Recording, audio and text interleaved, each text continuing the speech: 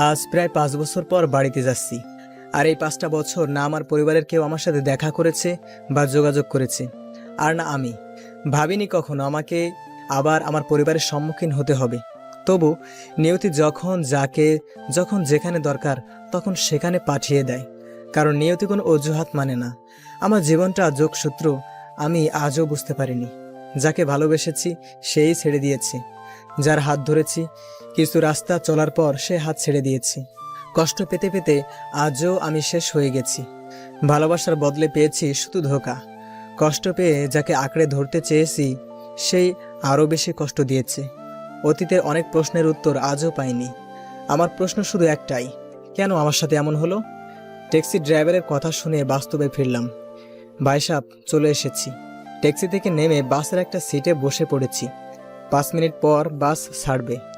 আমি আমার নির্ধারিত আসনে বসে পড়ি। ঠিক তখনই একটা বোরকা পরা মেয়ে আমার সাথে এসে বসতে লাগলো। এই যে একটু সরে যাবেন, আমি আমার সিটে বসতাম। মেয়েটার কণ্ঠ শুনে মনে হলো আমার চেনা, যার জন্য আজ সব থেকেও নেই। আজও তার উত্তর পেলাম না। আমার দোষটা কি ছিল? হেল, সিটটা আমার। আমি কিছু না কিছু বলে সিট থেকে উঠে তাকে তার সিটে বসার জন্য জায়গা দিলাম। বাসে ওঠার কিছুক্ষণ পর ছেড়ে দেয়, আর আমি কানে হেডফোন লাগিয়ে ফেলে আসা দিনগুলোর কথা ভাবতে লাগলাম। কতই না আনন্দের ছিল শৈশবের সেই দিনগুলি। কিশোর, কিন্তু যৌবনের বয়সটা যে আবেগের আর কষ্টের হবে তা বুঝতেই পারিনি। আপনারা হয়তো কিছুই বুঝতে পারছেন না। তাহলে চলুন ঘুরে আসি আমার ফ্ল্যাশব্যাকে। আমার নাম হলো সাইফুল ইসলাম পারভেজ, মা বাবার একমাত্র ছেলে। তবে এটা ভাববেন না আমি তাদের একমাত্র সন্তান। যদি তা ভাবেন তাহলে ভুল করবেন, কারণ আমার একটা আদরের ছোট বোন আছে। ওর নাম ফাহিমা আক্তার তন্নি। এই ভাইয়া, ভাইয়া, উঠ না, দেখ কত বেলা হয়ে গেছে। ওই যায় এখান থেকে। সারাক্ষণ খালি মশার মতো কানের কাছে ঘ্যান ঘ্যান করা ছাড়া তোর আর কোনো কাজ নেই? কি? আমি মশা? দাঁড়া, তোর ব্যবস্থা করতেছি। তোর যা করার করে নেই। এখন আমি তোর ভাবিদের সাথে ঘুমের মধ্যে রোমান্স করব। তোর রোমান্স বের করতেছি। এই বলে আমার উপর বিনা মেঘে বৃষ্টিপাত হতে লাগলো। ওই, তুই এটা কি করলি? আমার ঘুমটা কি শত্রুতা করেছে যে এভাবে আমাকে ভিজিয়ে দিলি? কি করেছে তোর ঘুম? আমার যে আজ 9টায় স্কুলে যেতে হবে সেটা তোর মনে নেই? তো যা, আমাকে কেন বলছিস? আজ তোর 3rd ইয়ারের রেজাল্ট দেবে, তোর মনে নেই? আরে, এটা তো মনেই ছিল না। আজ যে কি হবে তা আল্লাহ জানে। তাই তাড়াতাড়ি ঘুম থেকে উঠে ফ্রেশ হয়ে বোনকে নিয়ে স্কুলে রেখে আমি ভার্সিটির দিকে যাই। কলেজে যাবার পর কলেজের মাঠের মাঝে আসতেই কিছু একটার সাথে ধাক্কা খেয়ে পড়ে যাই। যে আমাকে ধাক্কা দিয়েছে তাকে যখনই কিছু বলতে যাব তখনই... ওই পোলা, দেখে চলতে পারিস না? চোখ কি চাঁদে রেখে আসছিস? কেমন লাগে বলুন? নিজে ধাক্কা দিয়ে ফেলে দিল আমাকে। কোথায় সরি বলবে তা নয়, উল্টে আমাকেই গালি দিচ্ছে। তাই আমি বলতে লাগলাম, ওই সেমরি, আমার চোখ যেখানে থাকার কথা সেখানে আছে, কিন্তু তোর চোখ মনে হয় কোনো ময়দার দোকানে রেখে আসছিস, যার কারণে আমার মতো একটা কিউট ছেলের সাথে ইচ্ছা করেই ধাক্কা খেলি। আর এদিকে মাইয়া দেখে রেগে পাকা টমেটোর মতো হচ্ছে। মনে হলো টমেটো একটু খেয়ে দেখি, কিন্তু আমার দুর্ভাগ্য যে আমি টমেটো খাই না। ওই কি বললি? আমি তোর ইচ্ছা করে ধাক্কা মারছি, তাই না? এবার দেখ। এই বলে একটা ধাক্কা দিয়ে মাইয়া ওখান থেকে পার হয়ে গেল, আর আমি কিছুই করতে পারলাম না।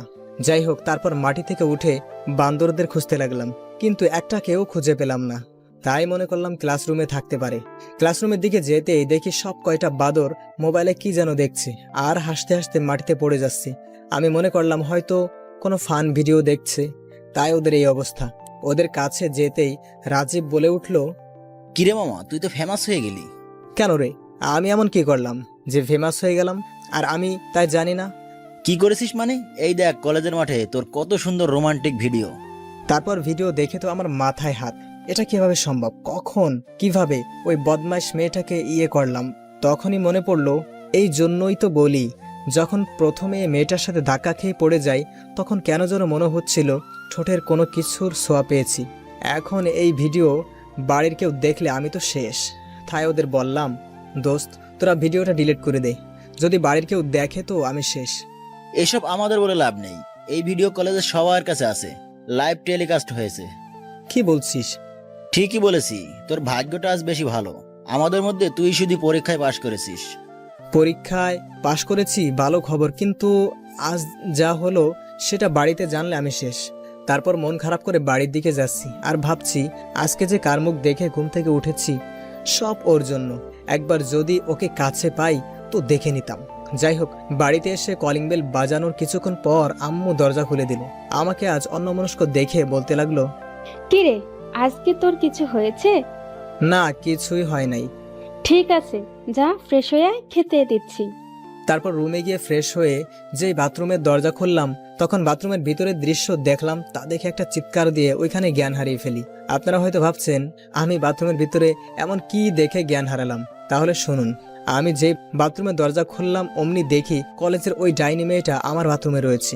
এই অবস্থা আমি জ্ঞান হারাবো না তো কি করব, যদি তাও আবার কোনো ডাইনি মাইয়া হয়।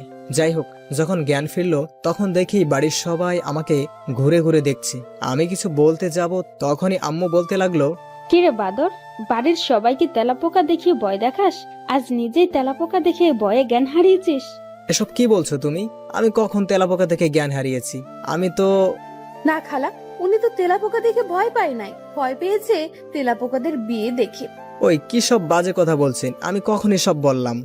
আমি নিজে দেখলাম, আপনি যেই বাথরুমের দিকে যাবেন তখনই তেলাপোকা আপনার মাথায় পড়ার সাথে সাথে জ্ঞান হারালেন। ওই সেমরি, তোরে কিন্তু আমি এখন... তুই চুপ থাক, তুই যে মিথ্যা বলছিস তা তোর অবস্থা দেখে বোঝা যাচ্ছে। এখন ফ্রেশ হয়ে খেতে আয়। ঠিক আছে, আমি তো মিথ্যা বলছি, তবে একটা বিষয় মাথাতে ঢুকছে না। এই মেয়েটা কে, আর আমার রুমেই বা কি করছে? ওহ, তুই তো বাড়িতে ছিলি না, সেই সময় ছোঁয়া এসেছে। আরে বাবা, আমি তো ওর নাম শুনতে চাই না। বলছি যে এই মেয়েটার পরিচয় কি, আর আমার রুমেই বা কি করে? আমাকে তো বলতে দিবি।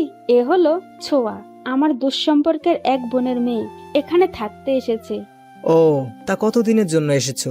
ও এখানে তোদের কলেজে ভর্তি হয়েছে, তাই আজ থেকে এখানে তোর রুমে থাকবে। ও আচ্ছা, কি আমার সাথে আমার রুমে থাকবে মানে?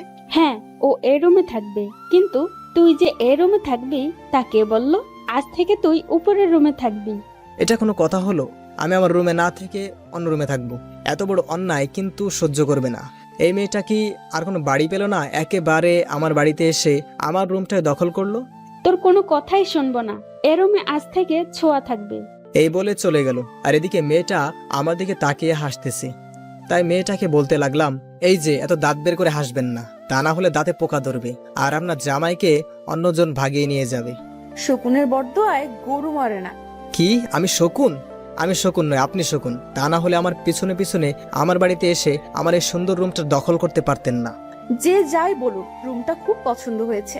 হাই খোদা, তুমি মোরে ঘর সহ উপরে তুলে নাও, যাতে এই ডাইনি মেয়েটা আমার ঘরে না থাকতে পারে। মনে মনে বললাম। এই যে কিছু কি আমাকে বললেন? এটা মেয়েটার কান নাকি, নাও কি অন্য কিছু যে মনের কথা শুনতে পারে নাকি? কই কিছু বলি নাই তো। তবে এখন বলবো, দেখুন, আমার রুমে থাকবেন ভালো কথা, তবে আমার রুমের কোনো কিছুতে হাত দিবেন না। সেটা পরে দেখা যাবে, কেবল তো রুমে ঢুকেছি, পরেরটা না হয় পরেই দেখা যাবে। দেখ, এসব ফালতু বদমেজাজি মেয়ে। ওই, আপনি এখন জানতো, আপনার ফালতু কথা শোনার টাইম নেই এখন। যাচ্ছি, তবে যেটা বললাম সেটা যেন মনে থাকে। তারপর আমি উপরে রুমে এসে ফ্রেশ হয়ে খেয়ে বাহিরে গেলাম বন্ধুদের সাথে আড্ডা দিতে। ওদের কাছে যেতে রাফি বলতে লাগলো, কিরে, আজ এত তাড়াতাড়ি এখানে কেন? কেন আসতে পারি না? সেটা কখন বললাম? তুই তো এত তাড়াতাড়ি আসিস না, তাই বললাম আর কি। কি করবো রে ভাই, সবই কপাল, বুঝলি? কেন, কিছু হয়েছে? কি হয় নাই সেটা বল। কি হয়েছে সেটা তো বল। তাহলে শোন কি হয়েছে। এরপর ওদের সবকিছু বলতেই ওরা হাসতে শুরু করলো। বলিস কিরে মামু, শেষ পর্যন্ত মেয়েটা তোর খালাতো বোন হলো? প্রথম দিনে তোর রুম দখল করেছে। তাহলে কি বলছি কি, একবার ভাব মেয়েটার সাহস কতটা। আরে ভাই, রাগ করিস না, কেবল তো তোর রুমটা দখল করেছে, দুদিন পর দেখবি মনের ভিতর যে ঘরটা আছে সেটাও দখল করবে। মানে কি বলছিস? আমি তো কিছুই বুঝতেছি না। আরে মামা, রাফি যেটা বললো তার মানে হলো যে দেখবি মেয়েটা আর তুই, তোরা দুজনে তলে তলে প্রেম সাগরে পানি খাবি। No chance. যদি পারিস তোরা ওই মেয়ের প্রেমে পড়। আমি ওই মেয়ের প্রেমে পড়লে অকালে আমার ভবিষ্যৎ মেয়ের মাকে বিধবা করতে পারবো না। দেখিস পরে নিজের কথা থেকে পোল্টি খাস না যেন।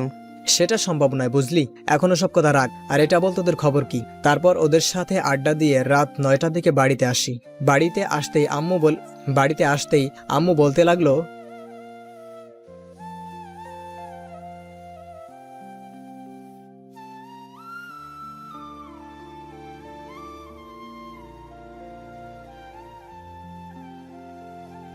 সেটা সম্ভব নয়, বুঝলি? এখনো সব কথা রাখ, আর এটা বল তোদের খবর কি। তারপর ওদের সাথে আড্ডা দিয়ে রাত 9টার দিকে বাড়িতে আসি। বাড়িতে আসতেই আম্মু বলতে লাগলো, কে রে, এতক্ষণ কোথায় ছিলি? বাড়ি থেকে বের হলে কি তুই বাড়ির কথা বলে যাস? এটা তুমি বলতে পারলে? জানো, আমি যখনই বাড়ি থেকে বাইরে যাই সব সময় তোমাদের কথা মনে পড়ে। তোর ওইসব চাপাবাজি বন্ধ কর। অনেক শুনেছি তোর এসব কথা। বাড়িতে কাজ করতে করতে আমার কোমর ব্যথা ধরে গেল। তোমাকে কতদিন বলেছি একটা কাজের লোক রাখো, কিন্তু না। কাজের লোক রেখে কি হবে? ওই একটু কাজে হাতে হাত লাগাবে, কিন্তু আমার সাথে সারাদিন কে কথা বলবে? না, ব্যাপারটা দেখছি অন্যদিকে যাচ্ছে, কথার প্রসঙ্গ পাল্টাতে হবে দেখছি। ঠিক আছে আম্মু, এখন থেকে তোমার সব কথা শুনবো, তার আগে খেতে দাও, খুব ক্ষুধা লেগেছে। তোর কথার কোনো বিশ্বাস নেই। তোকে বলেই বা কি হবে? আমি তোদের কি হই? যা ফ্রেশ হয়ে আয়, আমি খাবার বাড়ছি। তারপর আমি ফ্রেশ হয়ে খেতে বসতেই আম্মু বলতে লাগলো, শোন বাবা, কাল থেকে তুই ছোঁয়াকে শাদি করে তোদের কলেজে নিয়ে আসবি। কথা শুনতেই ভাত আমার গলায় আটকে গেল। কোনো রকমে পানি খেয়ে আমি বলতে লাগলাম, তুমি তো জানো আমি আমার বন্ধুদের সাথে যাই, সেখানে ওনাকে মানে ওকে আমি কি করে নিয়ে যাব? কি আর করব? এক বালতির রাগ নিয়ে রুমে এসে ঘুমে পড়লাম। পরের দিন ঘুম ভাঙলো একটা দুঃস্বপ্ন দেখে। স্বপ্নে দেখি ছোঁয়া আমাকে নদীর পানিতে উঠাচ্ছে আর চুবাচ্ছে, আর যার ফলে আমি শ্বাস নিতে পারছি না। যখন ঘুম ভাঙলো দেখি সত্যি আমি পানিতে পুরোপুরি ভিজে আছি, আর আমাকে পানিতে ভিজিয়ে সোয়া হাসতে শুরু করেছে। আমি রাগী লুক নিয়ে সোয়ার দিকে তাকিয়ে বললাম, ওই, আপনি আমাকে এভাবে ভিজিয়ে দিলেন কেন? ভিজে দিলাম কেন মানে? আমি আপনাকে ডাকতে আসলাম, কিন্তু আপনি ঘুমের মধ্যে আমাকে জড়িয়ে ধরেছিলেন, তাই আপনাকে পানিতে ভিজিয়ে দিয়েছি। কি? আপনাকে আমি ঘুমের মধ্যে জড়িয়ে ধরেছি? এত বড় মিথ্যা কথা! কি? আমি মিথ্যা কথা বলছি? অবশ্য বলবেন না কেন, আপনার যা স্বভাব। ওই, আপনাকে কে আমার ঘুম থেকে তুলতে বলছে? যত সব ফালতু মেয়ে কোথাকার! সাত সকালে আমার ঘুমটা ভেঙে দিল। জানতো এখান থেকে। ওই মিয়া, আপনার সাহস তো কম নয়, আমাকে জান বলে ডাকছেন। আরে খালাম্মা, আমি আপনারে চলে যেতে বললাম, আর আপনি তার উল্টোটা ভাবছেন। ঠিক আছে, তাড়াতাড়ি আসুন, আমাকে আবার কলেজে যেতে হবে। এই বলে ছোঁয়া চলে যায়। তারপর আমি বাথরুমে গিয়ে ফ্রেশ হয়ে এসে দেখি বিছানার উপর আমার একটা প্রিয় টি শার্ট রাখা। এটা পুরনো কারো কথা মনে করিয়ে দিল। কিন্তু কে এটা এখানে রাখলো? এতদিন তো কেউ আমার জন্য কোনো কাপড় এভাবে রাখতো না। যাই হোক, টি শার্টটা আমি আলমারিতে তুলে রাখি আর অন্য একটা টি শার্ট পরে নিচে আসি।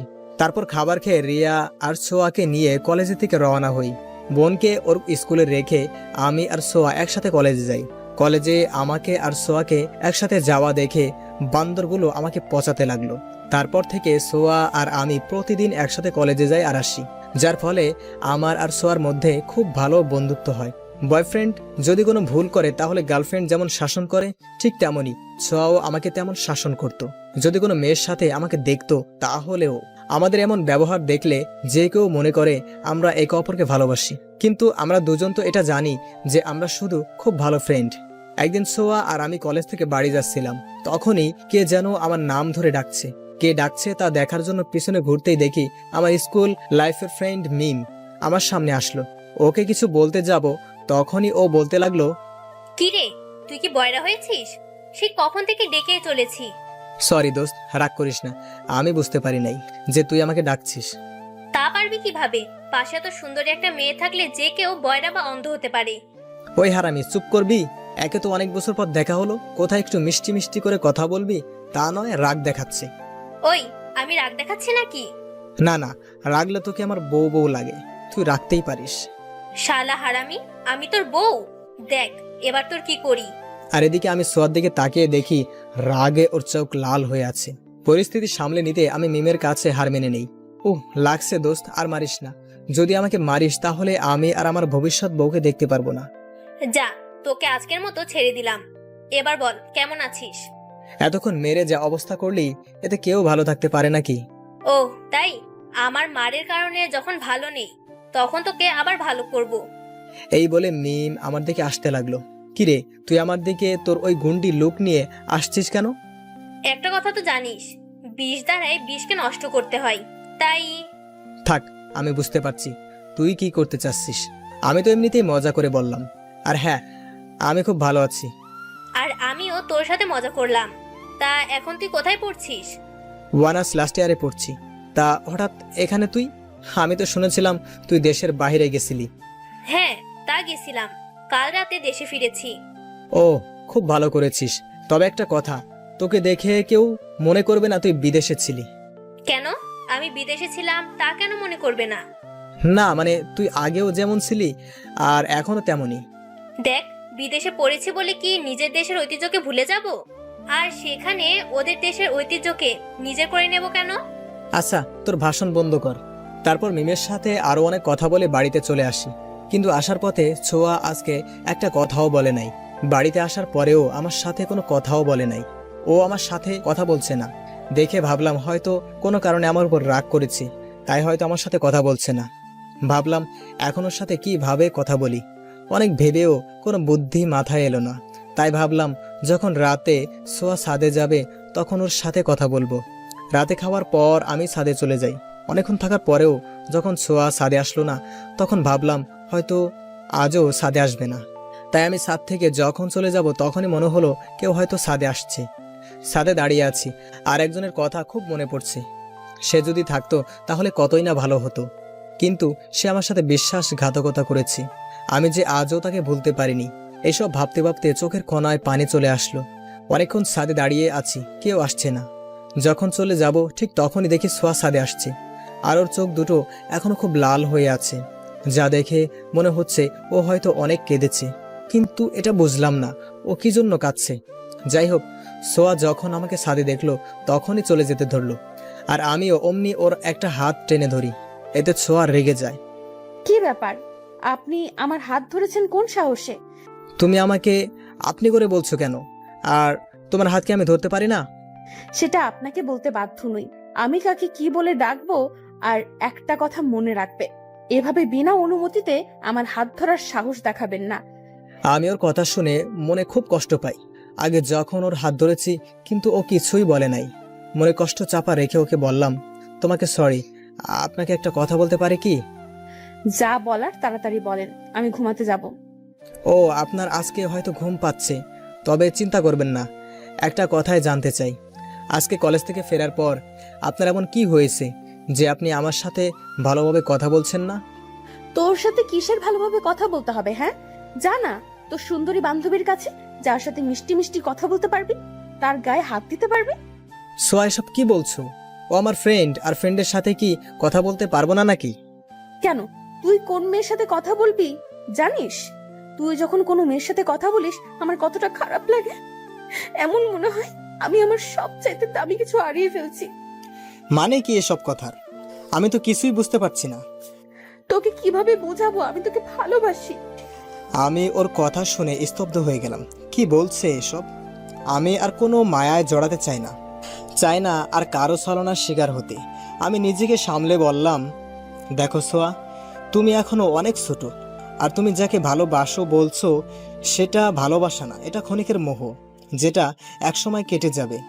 একসময় মনে হবে আমি তোমার জীবনে বড় ভুল। আমি আর কোনো মা। তুমি কি বলতে চাচ্ছিলে? কিসের মা? বাদ দাও ওইসব, আর ভালোবাসার চিন্তাটাও। তুমি জীবনে আমার চেয়ে ভালো ছেলে পাবে। আমার তোমার চেয়ে ভালো ছেলের দরকার নেই, আমার শুধু তোকে দরকার, আর তার যে কোনো মূল্যেই হোক না কেন। হয়তো তুমি আমার কথা বুঝতে পারো নাই, নয়তো আমি তোমাকে বোঝাতে পারি নাই। কেন বুঝতে পারছো না? তোমাকে আমি ভালোবাসতে পারবো না? কেন ভালোবাসতে পারবে না? কি নেই আমার মধ্যে? নাকি তুমি ওই মেয়েটাকে পছন্দ করো? দেখো, ও শুধু আমার ফ্রেন্ড। আর শেষ একটা কথা, ভালোবাসতে গেলে একটা সুন্দর মন থাকতে হয়, যা আমার হয়তো নেই। ভালো থেকো, আসি। ও, আরেকটা কথা, আমার বলা কথাগুলো একটু ভেবে দেখো। এই বলে যখন চলে আসবো তখনই সোয়া বলে উঠল, এটাই যদি তোমার শেষ কথা হয় তাহলে আমারও একটা শেষ কথা শুনে রাখো।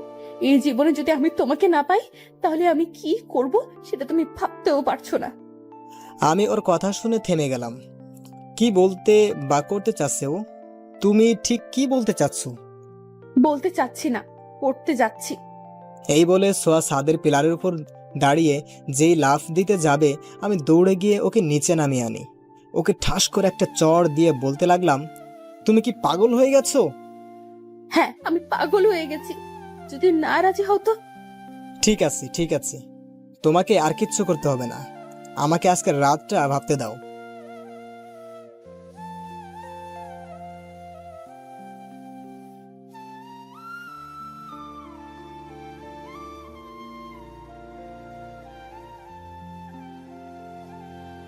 হ্যাঁ, আমি পাগল হয়ে গেছি। যদি না রাজি হতো। ঠিক আছে, ঠিক আছে, তোমাকে আর কিচ্ছু করতে হবে না, আমাকে আজকের রাতটা ভাবতে দাও। ঠিক আছে, আজকের রাত কেন দরকার হলো? যত ইচ্ছা তত সময় নাও, কিন্তু উত্তর হ্যাঁ ছাড়া আর কিছুই যেন না হয়। তারপর আমি ওখান থেকে নিজের রুমে এসে ভাবতে লাগলাম কি করা যায়। আবার কেন এক নতুন মায়ায় আমি জড়াতে যাচ্ছি। এই মায়া আমাকে শুধু কষ্ট দেয়, তাই আর কোনো মায়ায় জড়াবো না।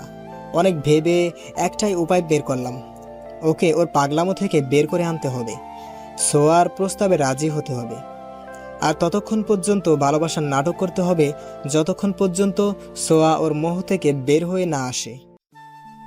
পরের দিন আমি ঘুম থেকে উঠে ফ্রেশ হয়ে খাবার টেবিলে গিয়ে দেখি সোয়া আর রিয়া খেতে বসেছি, তবে কেউ কোনো কথা বলছে না। কিরে বুড়ি, আজকে কি খাবার? দেখতেই তো পাচ্ছিস কি খাচ্ছি। তা তো দেখতেই পাচ্ছি, এমনিতেই শুনতে চাইলাম। আর তুমি রাগ দেখাচ্ছিস কেন? এখানে কে কার উপর রাগ দেখাচ্ছে? কেউ না আম্মু। তা আজকে আব্বুকে দেখছি না তো খাবার টেবিলে। তোর আব্বু আজকে একটু তাড়াতাড়ি অফিসে চলে গেছে। ও ঠিক আছে, আমাকে খেতে দাও, খুব ক্ষুধা লেগেছে। ঠিক আছে, বসে পড়, আমি খাবার দিচ্ছি। তারপর খাবার খেয়ে ওদের দুজনকে নিয়ে বের হলাম, কিন্তু আজকে কেউ কোনো কথা বলছে না। অন্যদিন হলে ওদের দুজনের কথা শুনতে শুনতে কান ব্যথা শুরু করত। তাই আজকে আমি ওদেরকে বললাম, কিরে তোরা আজকে দুজনে মুখে কি তালা মেরে রেখেছিস নাকি? কই না তো, তোর কেন এমন মনে হলো? এমনিই বললাম আর কি, অন্যদিন তো তোদের থামানো যেত না। কিছু না, এমনিতেই। ও আচ্ছা। তারপর বোনকে ওর স্কুলে দিয়ে আমি আর সোয়া একসাথে হেঁটে কলেজের দিকে যাচ্ছি। তখনই সোয়া বলে উঠল, তা কি সিদ্ধান্ত নিলে তুমি? অনেক ভেবে দেখলাম, তোমার প্রস্তাবে রাজি হয়ে যাই, তবে আমি তোমাকে একটা কথা বলি। তুমি আমার কথায় রাজি আছো? এটাই অনেক আমার কাছে। কি জানতে চাও বলো। কখনো আমাকে ছেড়ে যাবে না তো? যতদিন বেঁচে থাকবো আমি শুধু তোমারই থাকবো। মৃত্যু আমাকে তোমার কাছ থেকে আলাদা করতে, ততক্ষণ পর্যন্ত আমি তোমাকে ছাড়া অন্য কাউকে ভালোবাসবো না, আর না বিয়ে করব। সত্যি তো? কখনো আমাকে ছেড়ে যাবে না? হ্যাঁ, একসাথে 3 সত্যি। তবে আজ থেকে তোমাকে আমার সব কথা মেনে চলতে হবে। বোন তুই আমাকে মাফ করে দে। যদি জাতি জানতে পারে যে এই মুই থুকু আমি একটা মেয়ের কথা শুনে বা মেনে চলি, তাহলে সকলে মিলে আমাকে বাংলাদেশ থেকে বের করে দেবে। ওই কি বললি? আমি তোর বোন? হ্যাঁ তো, তুমি তো আমার খালাতো বোন। উফ, বোনটোন আমি অনেক আগে ছিলাম, এখন আমি তোর বউ, বুঝলি? আমি কখন বিয়ে করলাম? আমারই তো মনে নেই। কেন, আমি এখন তোর হবু বউ তো। তাই এখন একটু দয়া করে চুপ করে থাক, আর আমার কথাগুলো ভালোভাবে শুনতে থাক। তারপর না হয় ভেবে দেখ। আর শোন আমার কথাগুলো, আজ থেকে সিগারেট খাওয়া বন্ধ। তোর ওই বান্দর বন্ধুগুলোর সাথে বেশি মিশতে পারবি না, রাস্তায় কোনো মেয়ের দিকে তাকাতে পারবি না, 5 ওয়াক্ত নামাজ পড়তে হবে। আর হ্যাঁ, আমি যখন রাগ অভিমান করব তখন তোকে তা ভাঙাতে হবে। কিভাবে তা কি করবে আমি জানি না, ইত্যাদি। কথাগুলো মনে থাকবে তো? ওই কি হলো, চুপ করে আছিস? কিছু বলছিস না কেন? আমার কথা তোর কানে ঢুকছে নাকি এক কান দিয়ে ঢুকিয়ে অপর কান দিয়ে বের করে দিয়েছিস? কি হলো, কথা বলছিস না কেন? আমার কিন্তু রাগ হচ্ছে। তুমি তো আমাকে চুপ করে থাকতে বললে। হায় খোদা, এ আমি কাকে ভালোবাসি? আমি চুপ করতে বলেছি বলে উনি চুপ করে আছেন। কাকে আবার? তুমি আমাকে ভালোবাসো? তোকে ভালোবাসাটাই আমার সবচাইতে বড় ভুল হয়েছে। এই তো ইন্টেলিজেন্ট গার্ল, একদিনেই বুঝে গেছো তুমি ভুল মানুষকে ভালোবাসতে চলেছো। তাই একটা কথা বলি, কি? এক কাজ করো, আমার সাথে ব্রেকআপ করো, আর আমার থেকে ভালো কোনো ছেলের সাথে প্রেম করো। না না না না না, এটা হচ্ছে না সোনা। অনেক কষ্টে তোমাকে আমি রাজি করেছি। এখন যদি তোমাকে আমি ছেড়ে দিই তাহলে সারা জীবন আমি কাকে জ্বালিয়ে খাবো? কাকে আবার? তোমার বরকে জ্বালাবে। ও তাই নাকি? হ্যাঁ। তাহলে অল্প একটু আগে কে যেন বললো ব্রেকআপের কথা? আরে আমি তো বলেছি যাতে তুমি কোনো ভালো ছেলেকে বিয়ে করে তার জীবনটা তেনা তেনা করে দিতে পারো। আমিও তো সেটাই করতে চাই। ওকে, তাহলে আজ থেকে ব্রেকআপ, কেমন? আরে আমাদের রিলেশনের এখনো একদিনও হয় নাই, আর তুমি বলছো এখনই ব্রেকআপ? তুমি এত বোকা কেন বলো তো? শুভ কাজে দেরি করতে নেই, এটা তুমি জানো না? দেখছো, আমি তো এটা জানতামই না। ঠিকই বলছো, শুভ কাজে দেরি করতে নেই, তাহলে আমি দেরি কেন করছি? আমিও তো সেটাই তোমাকে বলছি। তাহলে আজকে আমাদের রিলেশন শুরু, আর আজকেই শেষ। তাই? হ্যাঁ, আর দেখবে আমাদের এই লাভ স্টোরি একটা ইতিহাস হয়ে থাকবে।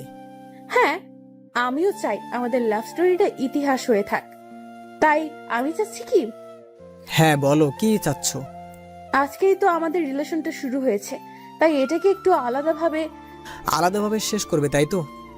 বাবু বাবু দেখছি খুব খুশি হয়েছো। যখন খুশি হয়েছো তাহলে এক কাজ করি, এখন সোজা কাজে অফিসে চলে যাই। হ্যাঁ। নয় হ্যাঁ। না না, এখন বিয়ে করব না, তার থেকে বরং তোমার সাথে আগে প্রেম টেম করি। আরে তুমি না এক্ষুনি বললে তুমি ব্রেকআপ করবে। ভুল করে বলে ফেলেছি, এবারের মতো মাফ করে কলেজে চলো। তা তুমি বললেই সব হবে নাকি? তুমি যখন কাজে অফিসে যাবে না, তখন এক কাজ করি, কলেজে যেয়ে সোজা বাড়িতে যাই। কেন, ক্লাস করবে না? না, বাড়িতে খুব গুরুত্বপূর্ণ একটা কাজ আছে। ও আচ্ছা, তা কি কাজ আছে বলা যাবে কি? হ্যাঁ, শুনতেই পারো। বাড়িতে যে খালা আর খালুকে বলবো আমরা একে অপরকে খুব ভালোবাসি, তাই আমাদের যেন বিয়ে দিয়ে দেয়। এসব তুমি কি বলছো? আমাকে কি অকালে বিধবা আমার বহুকে বিধবা করতে চাও? আরে না, আমি তোমাকে খুব ভালোবাসি, অনেক আগে থেকে। তোমাকে একটু পরীক্ষা করে দেখলাম। আমার বিশ্বাস হয় না। সত্যি বলছি। তাহলে এখানে আমাকে জড়িয়ে ধরো, তাহলে মানবো। হঠাৎ বাসটা ব্রেক করলো, আর আমার ঘুম ভেঙে গেল। আর ফিরে এলাম অতীতের ভাবনা থেকে। বোরকা পরা মেয়েটা আমার কাঁধে মাথা রেখে ঘুমিয়ে আছে। বাস থামতেই সেও জেগে উঠল। তখন কন্ট্রাক্টর বলল, বাস এখানে 20 মিনিটের জন্য থামবে, যার যা প্রয়োজন সব করে নিতে পারেন। বোরকা পরা মেয়েটাকে আমার যেন কেমন মনে হলো চেনা। বাস থামতেই মেয়েটা নিচে নামলো, আমিও নামলাম। নেমে দেখি মেয়েটা দোকান থেকে কিছু কিনলো।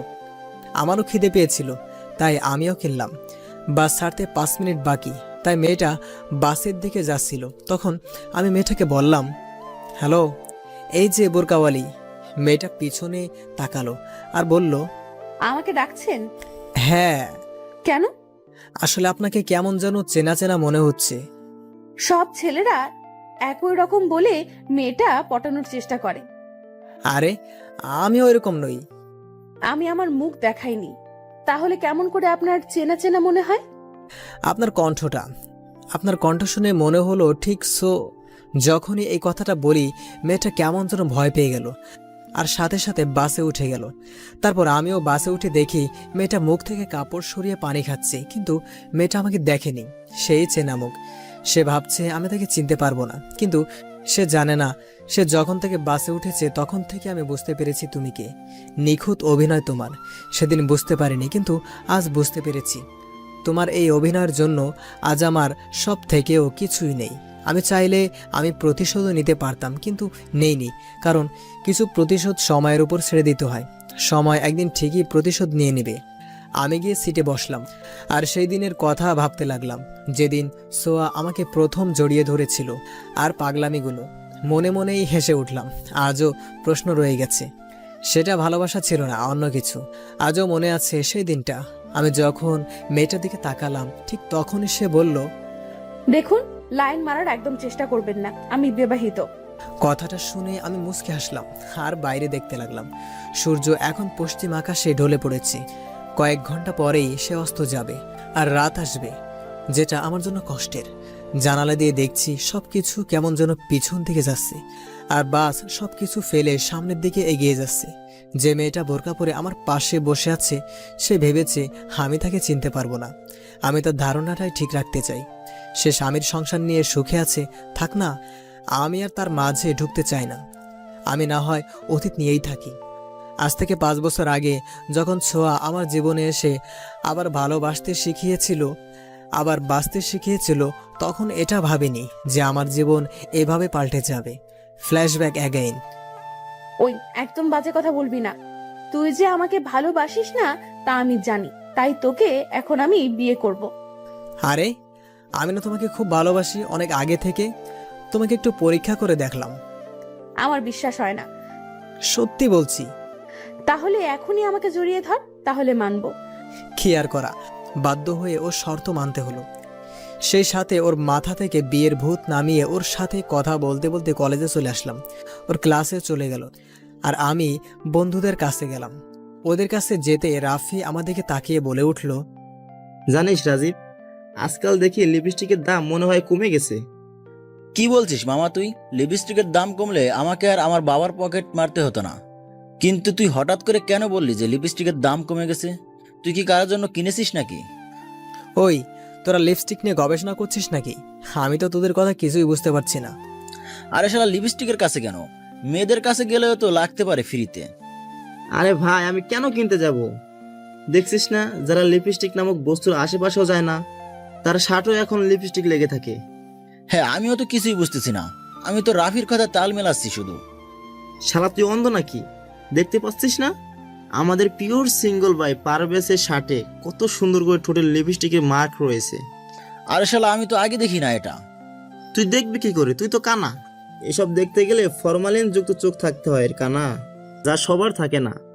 হ্যাঁ, আমি তো ভুলেই গেছিলাম, তোর চোখ আর সাধারণ চোখ নয়, একবারে খাঁটি লুচ্চার চোখ।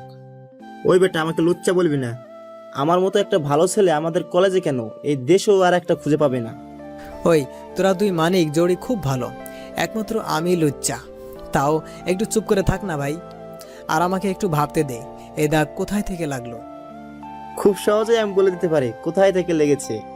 ও তাই নাকি? তাহলে বল দে দেখি, কোথায় থেকে আর কিভাবে লেগেছে।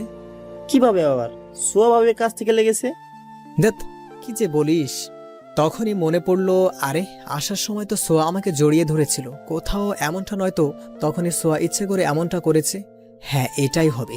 তাই তো বলি, যখন আমাকে ছেড়ে দিল তখন কেমন যেন বারবার হাসছিল, আর লোকজন আমাকে কেন ঘুরে ঘুরে দেখছিল। কি লুচ্চা মেরে বাবা, এইভাবে আমার মান সম্মান একেবারে কালার করে দিল। কিরে, কথা বলছিস না কেন? রোমাঞ্চের নাকি স্বপ্নের দুনিয়ায় হারিয়ে গেলি? তোর বাজে কথা বন্ধ কর। এবার মনে পড়েছি কিভাবে আমার শার্টে দাগ লেগেছে। তারপর ওদের শুরু থেকে শেষ পর্যন্ত সব কথা খুলে বলি। তা তো বুঝলাম, কিন্তু তুই যে ওকে বোঝানোর জন্য এখন নাটক করছিস, কিন্তু ও যদি তোকে সত্যি ভালোবেসে থাকে তখন কি করবি? সত্যিই তো, যদি এমনটা হয় তাহলে কি করব সেটা তখন দেখা যাবে। তারপর আমরা ক্লাস করে বাড়িতে চলে আসি। এরপর থেকে সোয়া আমার উপর কথায় কথায় রাগ অভিমান করে, আর রাগ অভিমান ভাঙাতে আমার খুব ভালো লাগতো। সব সময় আমাকে শাসন করতো, এটা করা যাবে না, ওটা করা যাবে না, আজ এখানে বেড়াতে যাব, কাল ওখানে যাব, এই সেই। আর এসবের মাঝে আমি যে কখন ওকে ভালোবেসে ফেলেছি বুঝতেই পারিনি। আর যখন একবার ভালোবেসে ফেলেছি তাহলে ওকে সব সত্যি কথা বলে দেই, আমার মনের কথাটা বলবো, কিন্তু কিভাবে বলবো তা বুঝতেই পারছি না। তাই রাজীবের কাছে একটা আইডিয়া চাইতেই ও বলে যে, তোর জন্মদিন কবে যেন? এই তো ফেব্রুয়ারি মাসের 19 তারিখে। কিন্তু কেন রে, এটা দিয়ে কি করবি? তাহলে এক কাজ কর, ওই দিন তুই ওকে সব সত্যি কথা বলে দিয়ে মাপ চাইবি, আর সেই সাথে তোর মনের মধ্যে ওর জন্য জমা করা ভালোবাসার কথা বলে দিবি। প্রথমে হয়তো ও তোকে একটু ভুল বুঝবে, তবে তুই যদি ওকে সত্যি কথাগুলো বলে দিস তাহলে তোকে মাফ করে দেবে, কারণ ও তোকে তো ভালোবাসে, তাই না? হ্যাঁ তুই ঠিকই বলছিস।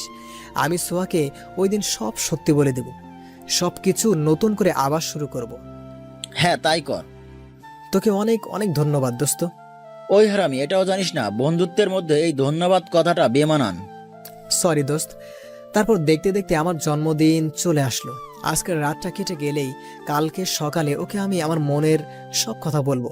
এটা ভাবতেই কেমন যেন ভালো লাগছে। যাই হোক, রাতে খাবার খেয়ে ঘরে শুতে যাব, তখনই সোয়া আমার কাছে এসে বলল, বাবু, তোমাকে একটা কথা বলবো, কথা দাও তুমি রাখবে। তুমি এভাবে বলছো কেন? বলো, কি বলবে? বলছিলাম কি, তুমি আজ রাত 12টার দিকে একটু আমার রুমে আসতে পারবে? কি বলছো এত রাতে? তোমার রুমে যদি যাই আর তা যদি বাড়ির কেউ দেখে, তো বুঝতে পারছো কি হতে পারে। কেউ দেখবে না। কিন্তু কোনো কিন্তু না, তোমাকে আসতেই হবে। যদি না আসো তাহলে আমি এটা মনে করব যে তুমি আমাকে একটুও ভালোবাসো না। এটা আবার কেমন কথা? আমি তোমার কোনো কথা শুনতে চাই না। তুমি ঠিক সময়ে আমার রুমে আসবে, এটাই ফাইনাল। বাই। তারপর সোয়া ওর রুমে যায় আর আমি আমার রুমে চলে আসি। এখন আমি ঘড়ির দিকে তাকিয়ে আছি, কখন রাত 12টা বাজবে আর শুরু হবে এক নতুন অধ্যায়। আজ ছোঁয়াকে আমার মনের কথা বলে দেব আর শুরু করব এক নতুন অধ্যায়। কিন্তু এই নতুন অধ্যায় আমার জীবন পুরো বদলে দেয়। কিন্তু শালার সময়ও দেখছি আজকে খুব ধীরে ধীরে যাচ্ছে, যেতেই চাচ্ছে না। একদিকে ঘুম পাচ্ছে আর একদিকে মহারানীর হুকুম তালিম হয়েছে। অবশেষে আমার প্রতীক্ষার অবসান ঘটল। ঘড়িতে তাকিয়ে দেখি রাত 12টা বাজতে আরও 5 মিনিট বাকি। তাই নিজের রুম থেকে বের হয়ে খুব সাবধানে সোয়ার রুমের কাছে আসি। ওর রুমে ঢোকার আগে দেখে নিলাম কেউ আবার আমাকে যেন না দেখে, তাহলে আমার এই রাত 12টা আমার 12টা বাজিয়ে দিবে। তারপর ওর রুমে ঢুকতেই সোয়া আমাকে পেছন থেকে জড়িয়ে ধরে। প্রথম একটু ভয় পেলেও পরে নিজেকে সামলে নিয়ে বলি, কি করছো? কেউ এভাবে দেখলে আমাদের দুজনের খুব সমস্যা হবে তো। কেউ দেখতে পারবে না, আমি দরজা লাগিয়ে দিয়েছি। ঠিক আছে ঠিক আছে, এবার বলো কি জন্য আমাকে এখানে ডেকেছো? তাড়াতাড়ি বলো, আমার খুব ঘুম পাচ্ছে। তা বলবো, কিন্তু আগে তোমার চোখ বন্ধ করো। চোখ আবার কি জন্য বন্ধ বন্ধ করব? বন্ধ করতে বলেছি, আগে চোখ বন্ধ করো না। তারপর আমি চোখ বন্ধ করি। 1 মিনিট পর এবার চোখ খুলতে পারলাম। আমি চোখ খুলে যেন আকাশ থেকে পড়লাম। এটা আমি কি? নিজেকে সামলে নিয়ে বললাম, এসব কি? তুমি আমার সামনে এসব পড়ে আছো কেন? কেন, তোমার ভালো লাগে নাই? আমি তো আজকে তোমাকে তোমার জন্মদিনের সব থেকে আলাদা 2টা উপহার দেব। একটা এখন দেব আর একটা কাল সকালে দেব, যা তুমি চাইলেও কোনো দিন ভুলতে পারবে না। তুমি যে কি বলো না, কিছুই বুঝতে পারি না। বুঝতে পারছো না? ঠিক আছে, বোঝাচ্ছি। এই বলে সোয়া আমাকে বিছানায় ধাক্কা দিয়ে ফেলে দেয়। আর বাকিটা ইতিহাস। সোয়া, তুমি সত্যিই বলেছিলে, এটা ছিল আমার জীবনের সবচেয়ে বড় উপহার, যা আমার জীবন পুরো পাল্টে দিয়েছে। আর তোমার দ্বিতীয় উপহার। পরের দিন সকালে যখন ঘুম ভাঙলো তখন আমি দেখি বাড়ির সবাই আমার দিকে চোখ লাল করে তাকিয়ে আছে, আর সোয়া শুধু কেঁদেই যাচ্ছে।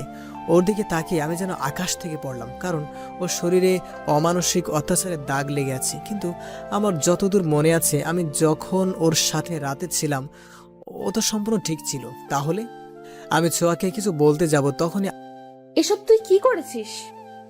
তুমি কি বলছো? আমি আবার কি করেছি ওর সাথে? আর সোয়া, তোমার এই অবস্থা কি করে হলো? উত্তরে সোয়া যা বলল তাতে আমি আকাশ থেকে পড়লাম, কারণ ও বলতে লাগলো যে আমার এই অবস্থার কি মানে আপনি আমাকে বলছেন? রাতে খুব ভালো মানুষের মতো আমাকে ঘুম থেকে তুললেন কিছু একটা কথা বলবেন বলে, কিন্তু তারপর আপনি সারা রাত জোর করে ছিঁড়ে ছিঁড়ে খেয়েছেন। আমি যাতে কারো কাছে সাহায্য না নিতে পারি সেজন্য আমার মুখটা পর্যন্ত বন্ধ করে দিলেন, আর এখন সাধু সাজছেন। সোয়া, তুমি সব কি বলছো? তুমি তো আমাকে সি, তুই এতটা খারাপ হয়েছিস? তুই কিভাবে এই ফুলের মতো মেয়েটার সাথে এসব করতে পারলি? আব্বু, আমি মানছি যে ওর আর আমার মধ্যে কিছু হয়েছে, তবে সেটা আমি করতে চাই না। সোয়াই তো আমাকে দিয়ে। দেখছিস আপা, তোর এই চরিত্রহীন ছেলে আমার মেয়ের সাথে এসব করে এখন আমার মেয়ের নামে বাজে কথা বলছে। তুই একটু চুপ কর, আমি তো আছি। চুপ করে থেকে কি হবে? আমার মেয়েটার সাথে যা হয়েছে তা কি ঠিক হয়ে যাবে? এখন কোনো ভালো পরিবারে আমি আমার মেয়েকে বিয়ে দিতে পারবো, বা ওকে কেউ বিয়ে করবে? তোর মেয়ের বিয়ে হবে, তা আজকেই। পারভেজ যখন দোষ করেছে তখন ছোঁয়াকে বিয়ে করতে হবে, আর আজীবন ওর সাথে সংসার করবে। তখনই ছোঁয়া বলে উঠল, তোমরা আমাকে ওর সাথে বিয়ে দিচ্ছ দাও, কিন্তু আমি ওর সাথে এক ছাদের নিচে থাকতে পারবো না, কারণ ও শুধু আমার জীবন নয়, আরো অনেক মেয়ের জীবন নষ্ট করেছে। এরকম ছেলের সাথে আমি এক বাড়িতে থাকতে পারবো না। এসব তুমি কি বলছো সোয়া? আমি সত্যি কথা বলছি, আর আমি এর প্রমাণ দিতে পারবো। এই দেখো, এই ছবিগুলো। ছবিগুলো দেখে যেন বোবা হয়ে গেলাম, কি বলবো বুঝতেই পারছি না। এগুলো কি? এতগুলো মেয়ের জীবন তুই নষ্ট করেছিস? তুমি বিশ্বাস করো আব্বু, আমি ছবির এই মেয়েগুলোকে চিনি না, আমাকে ফাঁসানো হচ্ছে। কেউ আপনাকে ফাঁসাচ্ছে না, আমি চাইলে ওদেরকে এই বাড়িতে নিয়ে আসতে পারবো। থাক, কাউকে ডাকতে হবে না, আগে বিয়েটা দেই, তারপর বাকি বিচার হবে। তারপর বাড়িতে কাজে ডেকে আমাদের বিয়ে দেওয়া হলো।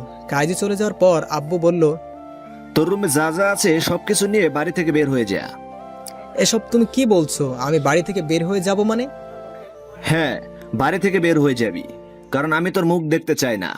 আর একটা কথা মনে রাখ, 6 মাস পর বাড়িতে ডিভোর্স পেপার পাঠিয়ে দিবি। আম্মু, তুমি কিছু বলো। আব্বু এসব কি বলছে? আমার কোনো কথা বলার মুখ তুই রেখেছিস? এক্ষুনি তুই এই বাড়ি থেকে বের হয়ে যাবি।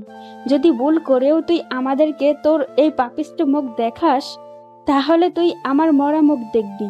আর তোর আব্বু তোকে ডিভোর্স দিতে যে সময় দিয়েছে তা পাঠানোর একদিনও যেন দেরি না হয়। আম্মুর কথা শেষ হওয়ার আগেই ছোঁয়া বলতে লাগলো, না খালা, ওনাকে আমি ডিভোর্স দিতে পারবো না। এইসব তুই কি বলছিস? যে তোর জীবনটা নষ্ট করলো তার সাথে মিথ্যা সম্পর্কে জড়িয়ে থাকবি?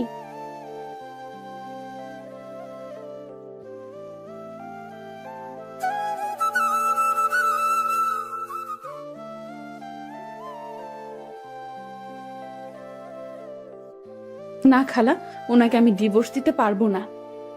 এইসব তুই কি বলছিস? যে তোর জীবনটা নষ্ট করলো তার সাথে মিথ্যা সম্পর্কে জড়িয়ে থাকবি? কি করব খালা, মেয়েদের জীবনে তো বিয়ে একবারই আসে, তবে অনেকেই দ্বিতীয় বিয়ে করে, তবে আমি তা করতে পারবো না, আর না ওর সাথে থাকতে পারবো না। ঠিক আছে, তুই যা ভালো মনে করিস। আর তুই এখনো এখানে আছিস? বের হয়ে যা। ঠিক আছে, চলে যাচ্ছি। তবে যাওয়ার আগে আমি একবার ছোঁয়ার সাথে আলাদাভাবে কথা বলতে চাই। ঠিক আছে, আপনি আমার সাথে আসুন। তারপর আমি ওর রুমে যেয়ে আমি বললাম, ছোঁয়া, তুমি আমার সাথে এটা কি করলে? আমি এমন কি করেছিলাম যার কারণে আমাকে আমার পরিবার থেকে আলাদা করলে? আমার চরিত্রে মিথ্যা দাগ লাগিয়ে দিলে কেন? এই ভালোবাসা ছিল তোমার? আমি জানতাম তুই এই কথাগুলো আমাকে বলবি, তাই সব কিছু গুছিয়ে রেখেছি। এই খামটা রাখ, এখানে এমন কিছু আছে যা দেখে তুই তোর সব প্রশ্নের উত্তর পাবি। আর কি যেন বললি? ভালোবাসা? হ্যাঁ, তোকে আমি খুব ভালোবাসি। তোর জন্য নিজের জীবনটা দিতেও পিছু পা হব না। তাই কাল রাতে আমি আমার সব চাইতে দামি জিনিসটা তোকে তোর বার্থডেতে উপহার দিয়েছি। কিন্তু তোকে ভালোবাসার আগে তোর সাথে ভালোবাসার অভিনয় করেছি। তবে অভিনয় করতে করতে যে তোকে ভালোবেসে ফেলেছিলাম তা বুঝতেই পারি নাই। কিন্তু তুই একটা কথা কি জানিস? আমি তোকে যতটা ভালোবাসি ঠিক ততটাই ঘৃণা করি। প্রথমে আমি বুঝতে পারছিলাম না। আমি ঠিক একদিকে ছিল ভালোবাসা, আরেকদিকে ছিল প্রতিশোধ। অনেক ভেবে আজকে যা করলাম তা অনেক ভেবে চিন্তেই করেছি। কারণ তোকে বলেছিলাম তোকে ছাড়া আর কাউকে বিয়ে করতে পারবো না, যা রেখেছি। আর একদিকে একজনকে কথা দিয়েছিলাম তোকে এমন শাস্তি দিব যাতে তুই যতদিন বেঁচে থাকবি ততদিন তুই যেন মৃত্যু যন্ত্রণা পাস। আর এই কথাও আমি রেখেছি, কারণ তুই তোর মাকে খুব ভালোবাসিস। তুই তাকে ছাড়া কিছুতেই ভাবতে পারিস না। আর একটা কথা তুই এখন বুঝতে পারবি, যখন পরিবারের কাছে মিথ্যে দোষে দোষী কেউ হয় তখন সে কতটা অসহায় হবি। তুমি এসব কি বলছো? আমি কিছুই বুঝতে পারছি না। ওই যে বললাম, তোর সব প্রশ্নের উত্তর এতেই পাবি। আর যদি কিছু বলার থাকে তো বলতে পারিস, আর যদি না থাকে তাহলে আসতে পারিস। না, আর কিছু বলার নেই। যে বাড়িতে তাদের ছেলেকে আজও চিনতে পারলো না, বাড়ি থেকে বের করে দিতে পারে, সেখানে থাকার চেয়ে না থাকা অনেক ভালো। তবে যাওয়ার আগে একটা কথা বলছি, জানি না এখানে এমন কি কারণ আছে যে যার জন্যে আমার সাথে এমন করলো। যদি এখানে তেমন কিছু না থাকে, মানে যে কারণটা এখানে আছে বলছো তা যদি মিথ্যে হয়, তবে তুমি তোমার জীবনের সবচাইতে বড় ভুল করলে, যার মাসুল তোমাকে সারা জীবন দিতে হবে। আসি, বেঁচে থাকলে হয়তো একদিন ঠিক দেখা হবে। হঠাৎ কারো ডাকে ঘোর কাটলো, চেয়ে দেখি চলে এসেছি। বাস থেকে নামলাম, তার সাথে বোরকা পরা মেয়েটাও। সে চলে যেতে লাগলো আর আমি দেখতে লাগলাম। আজ নিজেকে প্রশ্ন করছি, মানুষ বড় অদ্ভুত, সে কথা দিয়ে খুব সহজেই ভুলে যায়। সোয়া, তুমি যতই নিজেকে আড়াল করার চেষ্টা করো না কেন, আমি ঠিক তোমাকে বুঝতে পেরেছি। তুমি হয়তো স্বামীর সংসার নিয়ে অনেক সুখে আছো, আমাকে দেওয়া কথা হয়তো ভুলেই গেছো। আর মনে রাখবেই বা কেন? তুমি তো অভিনয় করেছিলে। তারপরেও দোয়া করি তুমি সুখে থাকো, আর আমি না হয় কষ্ট নিয়েই থেকে গেলাম। আজ 5 বছর পরে সেই চিরচেনা শহর কতটা না পাল্টে গেছে। এখানে লুকিয়ে আছে আমার ছোটবেলা। আজ 5 বছর পরে সেই চিরচেনা শহর কতটা না পাল্টে গেছে। এখানে লুকিয়ে আছে আমার ছেলেবেলা, বন্ধুদের সাথে কাটানো দিনগুলো, আমার জীবনের সুখের দিনগুলো, যার আজ সময়ের মধ্যে চাপা পড়ে গেছে। শহরটা ধরেছে নতুন রূপ, ঘটেছে নতুন মানুষের আগমন। চেনা শহরটা আজ অচেনা হয়ে গেছে, আর এই শহরে আধুনিকতার ছাপ পড়েছে। আমি হেঁটে চলছি এই শহরের পথ ধরে। আজ নিয়তি আমাকে আবার এইখানে নিয়ে এসেছে। আমি এইখানে অফিসের দেওয়া একটা বাড়িতে উঠব। অফিস থেকে দেওয়া বাড়ির সামনে দাঁড়িয়ে আছি। চারদিকে অন্ধকার নেমে এসেছে। একজন লোক আমার দিকে এগিয়ে এসেছে। অন্ধকারের জন্য মুখটা দেখা যাচ্ছে না। লোকটা আমার পাশে এসে বলল, আপনি কি পারভেজ? লোকটার কণ্ঠটা কেমন যেন চেনা চেনা মনে হলো। আমি বললাম, হ্যাঁ। আমি এখানকার কেয়ারটেকার। স্যার আপনার কথা বলেছিল। আসুন আমার সাথে। আমি লোকটার পিছে পিছে বাড়ির ভিতরে ঢুকলাম। বাড়ির ভিতরে অন্ধকার ছিল, তাই লোকটা সমস্ত লাইট জ্বালিয়ে দিল। যখনই লোকটা আমার দিকে ঘুরেছে সে চমকে গেছে, আর আমিও, কারণ লোকটা আমার বন্ধু রাফি। আমাকে দেখেই জড়িয়ে ধরল। কোথায় ছিলে এতদিন? জানিস তোকে কত খুঁজেছি, একবার আমার কথা মনে হয়নি তোর? কিরে, কথা বলছিস না কেন? আগে তোর কথাটা শেষ কর, তারপর তো বলি। চল তোর বাড়ি চল। কার বাড়ি? তোর বাড়ি? আমার কোনো বাড়ি নেই, আর এটাই এখন থেকে আমার বাড়ি। তোর বাড়ি থাকতে তুই এখানে থাকবি কেন? চল আমার সাথে, তোকে দেখে তোর বাড়ির লোক কত খুশি হবে জানিস। না আমার কেউ আছে, না আমার কোনো বাড়ি আছে। এখন অভিমান করে আছিস? অভিমান তো কাছের মানুষের উপর করা যায়, আমি কারো উপর অভিমান করে নেই। তুই অনেক বদলে গেছিস। সময় আর পরিস্থিতি সব কিছু বদলে দেয়। আর একটা কথা, আমি এখানে আসি কেউ জানিয়ে জানতে না পারে। তাহলে এখানে কেন এসেছি? অন্য কারোর জন্য সোয়াকে? না, তাহলে? পরে বলবো। এখন খিদে লেগেছে, আমার জন্য খাবারের ব্যবস্থা কর। আর একটা কথা যেন মনে থাকে, কেউ যেন জানতে না পারে। আচ্ছা। তারপর রাফি চলে গেল খাবার আনতে, আর আমি ফ্রেশ হয়ে নিলাম। আমি আর রাফি একসাথে খাবার খেলাম। রাফি বলল আজ আমার সাথে আড্ডা দিবি। রাতে আমি আর রাফি ছাদে বসে আছি, তখন রাফি বলল, বললি না কার জন্য এসেছিস?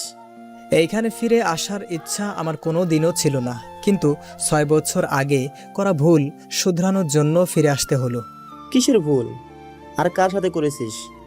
নীলিমা। এই নীলাটা আবার কে? আমার প্রথম ভালোবাসা। প্রথম ভালোবাসা মানে? আমি কিছু বুঝছি না। আমার আর নীলিমার দেখা হয় তখন আমি সবেমাত্র ইন্টারে পড়ছি। তোরা তো জানিস আমি ইন্টার আমার মামার বাড়ি থেকে করেছি। হ্যাঁ জানি। তা নীলিমার সাথে তোর পরিচয় হলো কেমন করে? নীলিমা তখন 10ম শ্রেণীতে পড়তো। তখন আমাদের কথা হতো না, কিন্তু রোজ দেখা হতো। আমি অনেকবার চেষ্টা করেছি কথা বলতে, কিন্তু পারিনি। আর এসএসসি পরীক্ষার শেষেও নিজের একদিন আমার সাথে কথা বলতে আসে। তারপর? তারপর আমাদের রোজ কথা হতো। আমাদের সম্পর্ক ধীরে ধীরে ভালোবাসার রূপ নিতে থাকে। আমার ইন্টার পরীক্ষার পর আমি ওকে প্রপোজ করি। আমি জানতাম না ও আমাকে ভালোবাসে কিনা। প্রপোজের বদলে ও আমাকে চর মারে। কেন, ও তোকে পছন্দ করতো না? আরে না, ও আমাকে পছন্দ করতো। তাহলে তোকে চর মারলো কেন? কারণ আমি ওকে আই লাভ ইউ বলতে 2 বছর লেগেছিল। আমার কথা শুনে রাফি হাসতে থাকে। তা তোদের সমস্যা হলো কোথায় যে ব্রেকআপ করলি? 2 বছর আমরা ভালোভাবেই ছিলাম।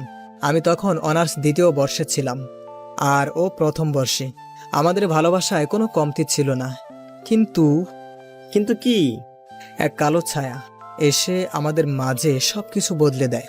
আমাদের ভুল বুঝিয়ে সবকিছু তছনছ করে দেয়, যা আমি সহ্য করতে পারিনি। যার কারণে আমি বাড়ি ফিরে আসি আর এইখানেই ভর্তি হই। তারপর কি হয়েছিল? অনেক বছর পরে আজ জানতে পারলাম আমি ভুল ছিলাম। আমাদের সম্পর্ক ভাঙার জন্য মিথ্যা সাজানো হয়েছিল, আর আমরা ওইখানেই ফেসে যাই। কিছু বুঝলাম না।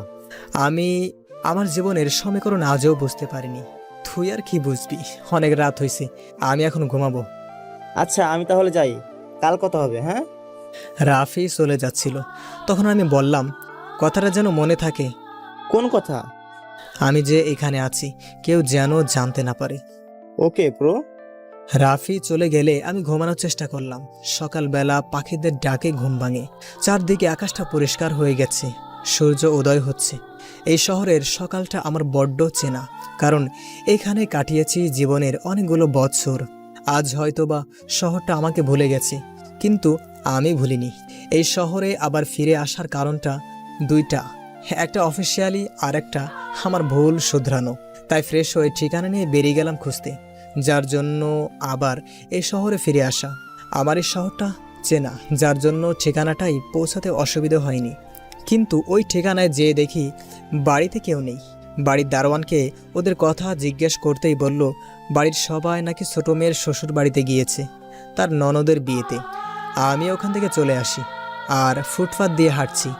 তখনই কে যেন পেছন থেকে আমার নাম ধরে ডাক দিল। প্রথমে ভাবলাম হয়তো আমার মনের ভুল, আর আমি যে এখানে ফিরে এসেছি তা কেউ জানে না। তাই ওসবে মন না দিয়ে সামনের দিকে হেঁটেই চলেছি। ওই পারবেশ, দাঁড়া বলছি, ওই পারবেশ, আমি রাজীব, একটু দাঁড়া।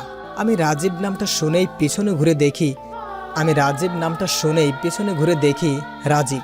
সত্যি হারামিটা আমাকে চিনল কি করে? রাজীব আমার সামনে এসে বলল, ওই হারামি, তুই এত স্বার্থপর কেন? তোকে কোথায় না কোথায় খুঁজছি, আর তুই দিব্যি ঘুরে বেড়াচ্ছিস। আরে ভাই থাম থাম একটু। এত প্রশ্ন একসাথে করলে আমি কোনটার উত্তর আগে দিব আর কোনটা পরে দিব? চুপ হারামি, একটা কথাও বলবি না। আমাদেরকে ভুলে গেছিস তা তো বুঝতে পারছি। ওই তোর মুখ বন্ধ কর তো। আমার কথা বাদ দে। আচ্ছা, তুই তো এখন তোদের বাড়িতে যাবি, তাই না? সরি ভাই, তুই হয়তো ভুলে গেছিস, বর্তমানে আমার নিজের বলতে কোনো বাড়ি নেই। তবে অফিস থেকে থাকার জন্য যে বাড়ি দিয়েছে, এখন সেখানে যাব। কি বলছিস তুই? তুই তোদের বাড়িতে যাবি? আর তোর বাবা মা নিজেদের ভুল বুঝতে পেরেছে। তো আমি কি করব? আরেকটা কথা মনে রাখ, আমার কোনো বাবা মা নেই, আর নেই কোনো দেখ, যা হওয়া তা তো হয়ে গেছে। আর সোয়া, হ্যাঁ জানি, ও ওর স্বামীর সংসার নিয়ে সুখে আছে। আর তুই যেটা ভাবছিস। আরে বাদ দে না, বেশি কথা বললে কিন্তু আমি চলে যাব। চল আমার সাথে। কোথায়? আমার বাড়িতে, ওইখানে রাফি অপেক্ষা করছে। তার মানে রাফি জানে তুই এসেছিস আর আমাকে বললো না? আমি মানা করেছি। এখন চল না, অনেকদিন আড্ডা দেই না। তারপর আমি আর রাজীব আমার অফিস থেকে দেওয়া বাড়িতে গেলাম। সেখানে দেখি রাফি আমার জন্য অপেক্ষা করছে। তিনজনে আড্ডা দেওয়া শুরু করলাম। তখন রাফি বলল, পারভেজ, তুই কিন্তু নীলিমার কথাটা পুরোটা বলিসনি। নীলিমাটা কে? তারপর রাজীবকে সব বললাম। তখন রাজীব বলল, এতদিন তুই কোথায় ছিলি, কি করছিলি? কিছুই তো বললি না তো। জীবন কাকে বলে আমি এইখান থেকে চলে যাওয়ার পর বুঝতে পেরেছি। জীবন যুদ্ধ কাকে বলে তা বুঝেছি। তারপর আমি বলতে শুরু করলাম, বাড়ি থেকে বের হয়ে যাবার পর কোথায় যাব, কি করব বুঝতে পারছি না। পকেটেও কোনো টাকা নেই যে কিছু একটা করব। হঠাৎ করেই হাতে থাকা মোবাইল ফোনটার দিকে তাকিয়ে ভাবতে লাগলাম, যদি ফোনটা বিক্রি করি তাহলে কিছু টাকা হাতে পাবো, কিন্তু যদি মোবাইলটা বিক্রি করি তাহলে তো কারোর সাথে যোগাযোগ করতে পারবো না। না, কারোর সাথে কোনো যোগাযোগ রাখবো না, সবার থেকে অনেক দূরে চলে যাব, যাতে কেউ চাইলেও আমার সাথে কোনো যোগাযোগ না রাখতে পারে। তাই আমার এই মোবাইল ফোনটা বিক্রি করতে হবে, আর সেই সাথে সিমটাও ভেঙে ফেলতে হবে। তারপর অনেক চেষ্টা করলাম মোবাইলটা বিক্রি করতে, কিন্তু কেউ কিনতে চায় না। অবশেষে 10,000 টাকার মোবাইল মাত্র 3,000 টাকায় বিক্রি করি। তারপর পকেটে থাকা সিমটা ভেঙে ফেলি আর ঢাকার উদ্দেশ্যে রওনা দেই। ঢাকায় এসেও বিপদে পড়লাম, কোথায় যাব, কি করব বুঝতেই পারছি না।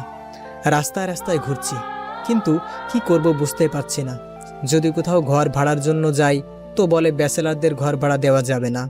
কথায় বলে না, অবাগা যেদিকে যায় সাগরও সেদিকে শুকায়। যখন কোথাও ঘর ভাড়া পেলাম না, তখন বাধ্য হয়ে মোটামুটি দেখতে একটা মেসে উঠলাম। তারপর এখানকার বড় ভাইদের সাথে পরিচিত হই। তারা আমার পরিবারের সম্পর্কে জানতে চাইলে বাড়িতে কে কে আছে সব বলি, কিন্তু বাড়িতে আমার সাথে কি হয়েছে তা কাউকেই বলি নাই, কারণ এতে তারা আমাকে খারাপই ভাববে। কি কাজ করব কিছুই ভেবে পাচ্ছিলাম না, কারণ তখন রেজাল্টটাও পাইনি যে চাকরি করব। তাই ওনাদের কাছে বলি, যদি তারা একটা কাজের ব্যবস্থা করে দেয় তাহলে ভালো হতো। তখন ওদের মধ্যে আনোয়ার নামে এক বড় ভাই আমাকে একটা কাজের ব্যবস্থা করে দেয়। জীবন চলতে থাকে। তার কয়েক মাস পর যখন রেজাল্ট বের হয় তখন একটা চাকরি পাই। চাকরি পাওয়ার পর জীবনটা একটু পাল্টে যায়। কোম্পানি থেকে থাকার জন্য একটা বাড়ি দেয়, তাই ম্যাচ থেকে সেই বাড়িতে উঠি। তবে সাথে সাথে আনোয়ার ভাইকেও সাথে নেই, কারণ আমার বিপদের দিন এই মানুষটা আমাকে সাহায্য করেছে। আনোয়ার ভাই আমার সাথে 2 বছর ছিল, পরে তিনি তার গ্রামের বাড়িতে চলে যায়। আমাকে আনোয়ার ভাই অনেক সাহায্য করেছে, সে না থাকলে আমি হয়তো এইখানে পৌঁছাতেই পারতাম না। জীবন থেকে কিভাবে আরও 3টা বছর কেটে গেল বুঝতেই পারলাম না, কারণ আমি ব্যস্ত ছিলাম নিজেকে গড়ার জন্য। নিজেকে সব সময় মানুষের আড়ালে লুকিয়ে লুকিয়ে রাখতাম, যাতে কষ্টগুলোর কথা মনে না থাকে। একদিন অফিসে বসে কাজ করছিলাম, তখন পিয়ন এসে বলল যে বস আমাকে ডেকেছে, তাই আমি তার কেবিনে যাই। সেদিন হয়তো আমার জীবনের ভালো দিন ছিল, তাই তো আমার জমে থাকা অনেক প্রশ্নের উত্তর পাই। সেদিন বসের কেবিনে এমন একজনকে দেখি যে আমার সাথে বিশ্বাসঘাতকতা করেছিল, যে আমার সব কিছু কেড়ে নিয়েছিল। সেই কেবিনে ঢোকার পর স্যার বলল, আরে পারভেজ, তোমার কথাই বলছিলাম, আমার জামাই বাবাজির সাথে। তা স্যার কি জন্যে আমাকে ডেকেছিলেন? আমি কিছুদিনের জন্য বাইরে যাচ্ছি, তাই অফিসের সব কাজ ওরা হাতে তুলে দিতে চাই, আর আমি আশা করি তুমি ওকে সাহায্য করবে। স্যার আপনি? কিছু বলতে যাব তখনই স্যারের জামাই আমার দিকে তাকালে আমি বড় ধরনের শক খাই, কারণ ছেলেটা সুমন ছিল। আপনারা হয়তো ভাবছেন এই সুমনটা আবার কে? তাহলে শুনুন, এই সুমন একসময় আমার খুব ভালো বন্ধু ছিল, তাই ওর সাথে আমার সব কথাই শেয়ার করি। কিন্তু ও আমার বন্ধুত্বের মর্যাদা না দিয়ে পিছন থেকে আমার কলিজায় আঘাত করে। আপনারা হয়তো এটা ভাবছেন পিছন থেকে কি এটাও সম্ভব? তাহলে আমি বলবো যে আপনার সবচাইতে কাছের মানুষ হবে, আর সে যদি আপনার সাথে চিট করে তখন তার ব্যথা ভুলতে পারবেন না, তখন তার ব্যথা বুঝতে পারবেন। সুমনকে উদ্দেশ্য করে বললাম। কি তুই এখানে? তখন স্যার বলতে লাগলো, পারভেজ, তোমার সাহস কি করে হলো আমাকে তুই করে বলার? সরি স্যার, আপনাকে কথাটা বলি নাই। আমি আসলে আমাকে থামিয়ে দিয়ে সুমন বলে উঠল, বাবা, পারভেজ আপনাকে কথাটা বলে নাই, আমাকে বলছে। ও তাহলে সুমন, তোমরা কি আগে থেকে একে অপরকে চিনতে? হ্যাঁ, অনেক আগে থেকে, কারণ আমরা দুইজন খুব ভালো বন্ধু। ওকে থামিয়ে আমি বললাম, সরি মিস্টার সুমন, আমি আপনাকে আমার জীবনে এই প্রথম দেখলাম, আর বন্ধুত্ব তো আর অনেক পরের কথা। আর স্যার, আমি আপনার কাছে প্রথমেই মাপ চেয়ে নিচ্ছি, কারণ আমি আপনার কথা রাখতে পারবো না। তুমি কি বলছো? তুমি আমার কথা রাখতে পারবে? তুমি তো কখনো আমার কোনো কথার অমাত বা না করো নাই। তাহলে যেখানে আজকে তোমার প্রয়োজন সেখানে তুমি আমার কথার অবহেলা করছো। স্যার, আপনি আগে আমার কথাটা তো একটু শুনুন। আমার কিছুদিনের জন্য ছুটি লাগতো। কিছুদিন থেকে নিজেকে খুব একা একা মনে হচ্ছে, আর কাজেও মন লাগছে না। মন খারাপ, কাজে মন লাগছে না, এসব কিছু আজও সত্যি, নাকি তুই আমাকে দেখে এসব অজুহাত দিয়ে এখান থেকে পালাচ্ছিস? সরি স্যার, আপনাকে দেখে পালাবো কেন? আমি চোর ডাকাত নাকি কোনো খুনি যে আপনাকে দেখে পালাবো? আর আমি পালাতে শিখিনি। তোর এই স্বভাবটা এখনো বদলালো না। যাই হোক, তুই কি আজও আমাকে মাফ করতে পারিস নাই? সরি, আপনি হয়তো এটা জানেন না যে কোনো অপরিচিত মানুষকে বিনা কারণে ক্ষমা তাকে কিছু বলতে পারে না। আর এটা একটা অফিস, অযথা এসব কথা না বলাই ভালো, নয় কি? তোমরা কি বলছো এসব? কিছুই বুঝতে পারছি না। জামাই বাবাজি বলছে ও তোমাকে চিনে, তুমি বলছো চেনো না, আবারও মাফ করার কথা বলছে। এসব কি? ওসব কিছু না স্যার। কি কিছু না? আমাদের এতদিনের বন্ধুত্ব কি করে তুই ভুলতে পারিস? মানছি আমি একটা ভুল করেছি, তাই বলে কি আমাকে মাফ করা যায় না? যদি মাফ করতে নাই পারিস, তোকে আমাদের পুরনো বন্ধুত্বের কসম, এতদিন পর যখন দেখা হলো, একটু তো ভালো করে কথা বল। তোর মতো বিশ্বাসঘাতকের মুখে বন্ধুত্বের নামটা কথাটা মানায় না। তোর কাছে এটা একটা মাত্র ভুল মনে হয়, যার জন্যে আমার জীবন লণ্ডভণ্ড হয়ে গেছে। যে তার বন্ধুর ভালোবাসার মানুষকে বিয়ে করতে পারে, তখনই স্যার ও মেয়েটা চমকে উঠে বলল, এসব আপনি কি বলছেন? আমি আপনাকে কোনোদিন ভালোবাসতে পারবো না। আপনি কি আমার সংসারটা ভাঙতে চাইছেন? সরি, আমি কখন বললাম আপনি আমাকে ভালোবাসেন বা আমি আপনাকে? আপনি এক্ষুনি বললেন তো। হ্যাঁ বলেছি, তবে আপনি তো ওর বউ নন, ওর বউ তো নীলিমা। আমি ওর বউ। আর এই নীলিমাটা আমার কে? এই নামে তো আমি কাউকে চিনি না, বা এ নাম তো ওর মুখে শুনি নাই। কি বলছেন এসব আপনি? ওর বউ মানে? ওই এই মেয়েটা কি বলছে? এই মেয়েটা তোর বউ মানে? তাহলে তুই 2টা বিয়ে করেছিস আর এটা এদের থেকে লুকিয়ে রেখেছিস? সি, তুই এতটা খারাপ। সুমন কিছু বলছে না, মাথা নিচু করে আছে। অবশ্য এটা আবার নতুন কি? তোর যে চরিত্র খারাপ, এটাই স্বাভাবিক। এই যে আপনি আমার বরের নামে এসব কি বলছেন? আমার বরের চরিত্র খারাপ?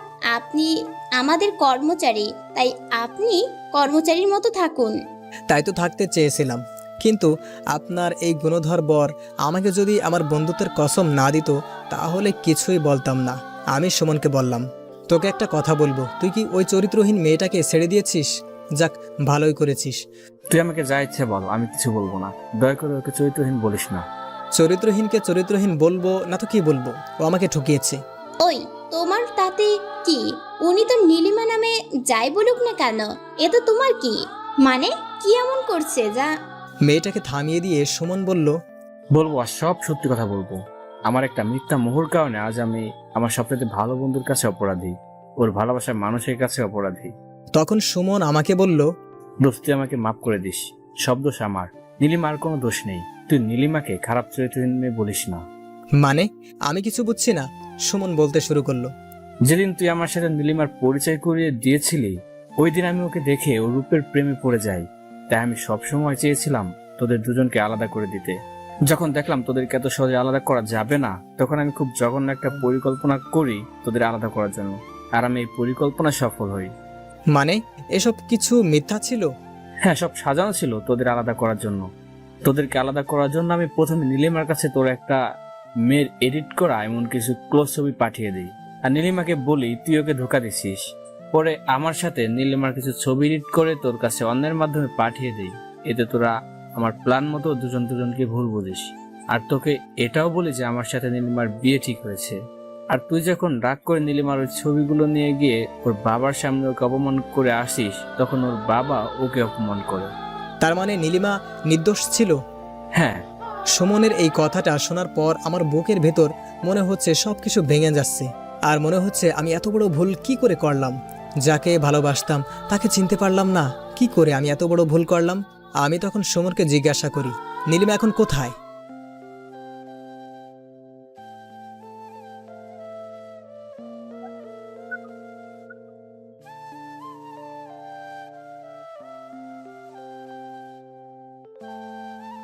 সুমনের এই কথাটা শোনার পর আমার বুকের ভেতর মনে হচ্ছে সবকিছু ভেঙে যাচ্ছে। আর মনে হচ্ছে আমি এত বড় ভুল কি করে করলাম? যাকে ভালোবাসতাম তাকে চিনতে পারলাম না, কি করে আমি এত বড় ভুল করলাম? আমি তখন সুমনকে জিজ্ঞাসা করি, নীলিমা এখন কোথায়? যেদিন তুই ওদের অপমান করিস তখন নীলিমা এটা মনে করে যে তুই নিজেকে ভালো সাজানোর জন্য ওকে পরিবারের কাছে খারাপ প্রমাণিত করছিস, যাতে তুই অন্য কাউকে তোর জীবনে আনতে পারিস। আর ও এসব মানতে না পেরে। কি হলো বলছিস না কেন? নীলিমা কি করেছিল? তারপর কি হয়েছিল? নীলিমা এসব মানতে না পেরে আত্মহত্যা করেছে। সুমনের এই কথাটা শোনার পর আমার পাটা যেন মনে হয় আটকে গেছে। পুরো পৃথিবী যেন অন্ধকার হয়ে আসছে। আমি কিছুতেই মানতে পারলাম না নীলিমা আর নেই। যাকে আমি এতদিন যে কারণে ঘৃণা করে এসেছি সে আর নেই। সে যে না ফেরার দেশে চলে গেছে। আমার সারা শরীর জ্বলে উঠল। সুমনের জন্য আমি ওকে হারিয়েছি, তাই আমি সুমনকে মারতে শুরু করলাম। তখন সুমন বলল, হ্যাঁ করছিল, কিন্তু তখন সুমনের বউ বলল, ছি, তুমি এতটা নীচ চরিত্রহীন। তোমার স্বার্থের কারণে আজ মেয়েটা মারা গেছে, আর দুইজন প্রেমিক প্রেমিকা একে অপরকে ভুল বুঝে এত দূরে চলে গেছে যে চাইলেও আজ কেউ এক হতে পারবে না। আর আমি সেই তোমাকে নিঃস্বার্থভাবে ভালোবেসে গেছি। আজ তোমার এই মহান গুণ দেখে তো আমার মরে যেতে ইচ্ছে করছে। নিজের উপর ঘৃণা হচ্ছে। আমার সব ফ্রেন্ডদের কাছে তোমার নামে কত ভালো ভালো কথা বলতাম, আর সেই তুমি একটা খুনি বের হলে। আমি কাউকে খুন করিনি। কি বললে? খুন করো নাই? তোমার কারণে আজ একটা মেয়ে আমাদের মাঝে নেই। আর তার থেকেও বড় কথা, তুমি তাদের বিশ্বাস ভালোবাসার সম্পর্কে খুন করেছো। আর তুমি হয়তো এটা জানো না যে আমার কাছে কেউ যদি বিশ্বাস আর ভালোবাসার সম্পর্ক নষ্ট করে সে খুনি থেকে কম কিছু না। আর এখন তো তোমার আমার এটা সন্দেহ হচ্ছে। তোমার সাথে আমার বিয়ে হওয়ার পর এমন অনেক কিছুই হয়তো করছো যা আমার এখনো অজানা। আমি মানছি ওদের ভালোবাসার পথে আমি কাটা হয়ে দাঁড়িয়েছিলাম। তখন যা করেছি মিথ্যা আবেগের কারণে, কিন্তু আমি সত্যি তোমাকেই ভালোবাসি। আর নীলিমা আত্মহত্যা করতে গেছিল কিন্তু করতে পারেনি, আর ও এখনো বেঁচে আছে। কিন্তু কি? নীলিমা বেঁচে আছে? আর তুই যে একটু আগে বললি ও মারা গেছে, আবার সেই সাথে কিন্তুও যোগ করেছিস। আমি তো কিছুই বুঝতে পারছি না। হ্যাঁ, ও বেঁচে আছে, কিন্তু বেঁচে থাকা আর মারা যাওয়ার মাঝে কোনো তফাৎ নেই। কারণ ও আজ 6 বছর ধরে কোমায় আছে। ডাক্তার বলেছে ও কোনোদিনও কোমা থেকে বের হতে নাও পারে। আর আমার জানা মতে ডাক্তার যখন ওর শেষ ট্রিটমেন্ট করেছে এরপর হয়তো। না, ওর কিচ্ছু হতে পারে না। আমি বেঁচে থাকতে ওর কিছুই হতে পারে না। ওকে ভুল বুঝে ওর সাথে আমি যে অন্যায় করেছি তার ক্ষমা না পাওয়া পর্যন্ত ওর কিছু হতে পারে না। আচ্ছা, একটা কথা বলতো, তুই এত কিছু কি করে জানলি যে ওর হাতে বেশি সময় নেই? আমার কারণে যাদের এত কিছু হলো তাদের আমি রাখবো না, এটা হতে পারে না।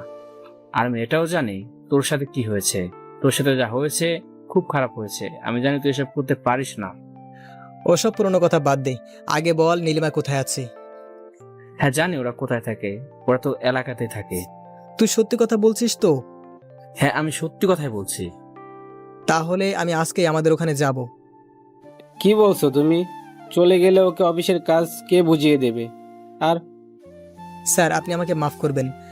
আপনার অফিস থেকে এখন ওখানে যাওয়া আমার কাছে সবচাইতে বেশি দরকার, আর দরকার হলে আমি এই চাকরিটা ছেড়েও দিতেও পারি। বাবা, ওকে আটকাবো না। আমার জন্য ওর জীবনের অনেক মূল্যবান কিছু হারিয়েছে, হয়তো আমার জন্যই ওর পরিবারকে হারিয়েছে। কিন্তু কোনো কিন্তু নয়। আপনি আমার একটা কথা রাখবেন, আমাদের যে কোম্পানির শাখাটা ওদের জেলায় আছে সেখানেও ট্রান্সফার করে দিবেন। ঠিক আছে, তুমি যেটা ভালো মনে করো। হ্যাঁ বাবা, ওই ব্যবস্থাই করো। আর তোমার সাথে আমার কথা আছে, আগে বাড়িতে চলো। আপনি ওকে কিছু বলবেন না, আমি তোকে মাফ করে দিয়েছি। সেটা আপনার ইচ্ছা, তাকে ক্ষমা করবেন কিনা। তবে তুমি মনে রেখো, মেয়েটার যদি কিছু হয় তাহলে তোমার আর আমার সম্পর্ক তখনই শেষ হয়ে যাবে। সুমন কিছু বলছে না, মাথা নিচু করে আছে। তারপর আমি ওই দিনই বাড়ির উদ্দেশ্যে রওনা দেই, আর আমার ফিরে আসার কারণ হলো এটাই। তা না হয় বুঝলাম, তুই ওই ঠিকানায় গিয়েছিলি? গিয়েছিলাম, কিন্তু বাড়িতে কেউ ছিল না। তখন ঘড়ির দিকে তাকিয়ে দেখি অনেক সময় হয়ে গেছে। তখন আমি ওদের বললাম, আরে অনেক সময় হয়ে গেছে, আমার আবার কাজে যেতে হবে। তখন রাজীব বলল, পারভেজ, তোকে একটা কথা বলার ছিল। বল, কি বলবি? তুই কি সত্যি তোর কারো পরিবারের সাথে দেখা করবি না, আর সোয়ার সাথেও দেখা করবি না? সবার জন্য পরিবার হয় না। আমি আর সোয়ার সামনে যেতে চাই না। আমি চাই না আমার জন্য ওর বর্তমানটা খারাপ হোক। বাদ দে না ওই সব। আজ রিয়ার বিয়ে। তুই না বলতিস তুই রিয়ার বিয়ে নিজের হাতে দিবি, রানীর মতো করে সাজাবি? আজ যাবি না? আমি কিচ্ছু বলিনি, চুপ করেছিলাম। আচ্ছা, আমি এখন যাই। রাফি আর রাজীব চলে গেল। আজ রিয়ার বিয়ে, আমি তো জানি না। আজ আমার সেই ছোট্ট বোনটার বিয়ে। সে আজ কত বড় হয়ে গিয়েছে কে জানে। আর বধূ সাজে তাকে কেমন দেখা যাচ্ছে, খুব দেখতে ইচ্ছে করছে। কিন্তু আমি যে আমার বোনের কাছে অপরাধী। সে শুধুই যে আমাকে ঘৃণা করে। আজ তোকে অনেক মিস করছি রে। কিন্তু আমার নিয়তি এত খারাপ যে একই শহরে থাকার পরেও আমার বোনের বিয়েতে যেতে পারবো না। আজ অফিসের প্রথম দিন, তাই সবার সাথে পরিচিত হয়ে নিলাম। তারপর কেবিনে গিয়ে সব কিছু বুঝে নিলাম। অফিস শেষে বাসায় ফিরছি। অনেকদিন ধরে শহরের অলি গলি দিয়ে হাঁটা হয় না। আগে তো সারাদিন রাত ঘুরে বেরিয়েছি, আজ আগের মতো ঘুরে বেড়াতে ইচ্ছে হচ্ছে। তাই অফিসের গাড়ি পাঠিয়ে দিয়ে হেঁটে বাড়ি ফিরছি। রাস্তায় রাজীবের সাথে দেখা, তাই ওর সাথে কথা বলছি। হঠাৎ আমার চোখ আটকে গেল, আর আমি দৌড়াতে শুরু করলাম। আর আমার সাথে রাজীবও। কিরে, পাগল হলি নাকি? এভাবে কেউ দৌড়ায়? কথা বলার এখন সময় নেই, যদি পারিস একটা অটো নিয়ে আয়। কিন্তু কেন, বলবি তো? বললাম না, পরে শুনিস। আগে একটা অটো ব্যবস্থা কর। তারপর রাজীব একটা অটো নিয়ে আসতেই আমি অটো ড্রাইভারকে বললাম, চাচা, সামনের অটোকে ফলো করুন। কি এমন দেখলি যে এভাবে ওই অটোকে ফলো করছিস? তোর প্রশ্নের উত্তর আমি পরে দেব, এখন চুপ কর। তারপর আমি ওদের ফলো করতে করতে একটা বিয়ের বাড়ির কাছাকাছি আসি। কিরে, তুই না বললি তোদের? কার বিয়ে বা কাদের বাড়ি এটা এখন ভাবার বিষয় না। তুই এখানে শুধু এটা দেখ, এখানে এমন কোনো মেয়ে আছে কিনা যে হুইল চেয়ারে বসে আছে। ঠিক আছে, আমি দেখছি। তারপর আমি ওদের অনেক খুঁজেও যখন পেলাম না, ভাবছি আমি হয়তো ভুল দেখেছি। তখন হঠাৎ চোখ গেল কনে বা বউয়ের ঘরের দিকে, যেখানে মেয়েকে সাজানো হচ্ছে। ওখানে একটা মেয়েকে দূর থেকে নীলিমার মতো দেখতে লাগছে। তাই আমি শিওর হওয়ার জন্য কনের ঘরের কাছে যেতেই আমি থমকে গেলাম। কারণ এটা আর কেউ নয়, এটা তো আমার সে জান, যাকে এক সময় না এক সময় নয় এখনও ওকে ভালোবাসি। নীলিমাকে দেখেই আমার পা আটকে গেল। কেমন দেখতে হয়ে গেছে, চোখের নিচে কালি পড়ে গেছে। আগেও একটু মোটা ছিল, যার জন্যে ওকে আমি আটার বস্তা বলতাম। আর ও অনেক রাগ করত, আমাকেও রাগ ভাঙাতে হতো। আর আজ এক জীবন্ত লাশের মতো বসে আছে। মুখে সেই আগের হাসি, মায়াটা নেই, কোথায় যেন হারিয়ে গেছে। সব আমার জন্য। আমি ওকে ভুল বুঝেছিলাম বলে আজ ওর এই অবস্থা। আমি ধীরে ধীরে ওর সামনে এগিয়ে গেলাম। ওর সামনে গিয়ে বসলাম। এই আটার বস্তা, আমার সাথে কথা বলবে না? আমি না হয় তোমার উপর অভিমান করেছিলাম, কারণ তুমি যে অন্য কারো হবা তা আমি সহ্য করতে পারতাম না। তুমি না বলতে কখন তুমি আমার উপর অভিমান করলে আমি ভাঙাবো, আর আমি করলে তুমি ভাঙাবা। নীলিমা শুধু চেয়ে আছে, মুখে কোনো শব্দ নেই। তাহলে যখন আমি অভিমান করলাম তুমি ভাঙাওনি কেন? উল্টো তুমিও অভিমান করে বসে আছো। কি হলো, কথা বলবে না? এত অভিমান তোমার? আমি না হয় ভুল করেছিলাম, তা তুমি তো আমার ভুল ভাঙাওনি।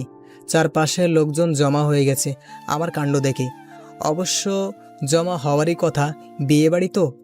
তখনই পেছন থেকে কেউ বলল, এই আপনি কে আর এখানে কি করেন? আমি পিছনে তাকিয়ে যা দেখলাম তাতে আমার শরীরে 440 ভোল্টের শক লাগলো।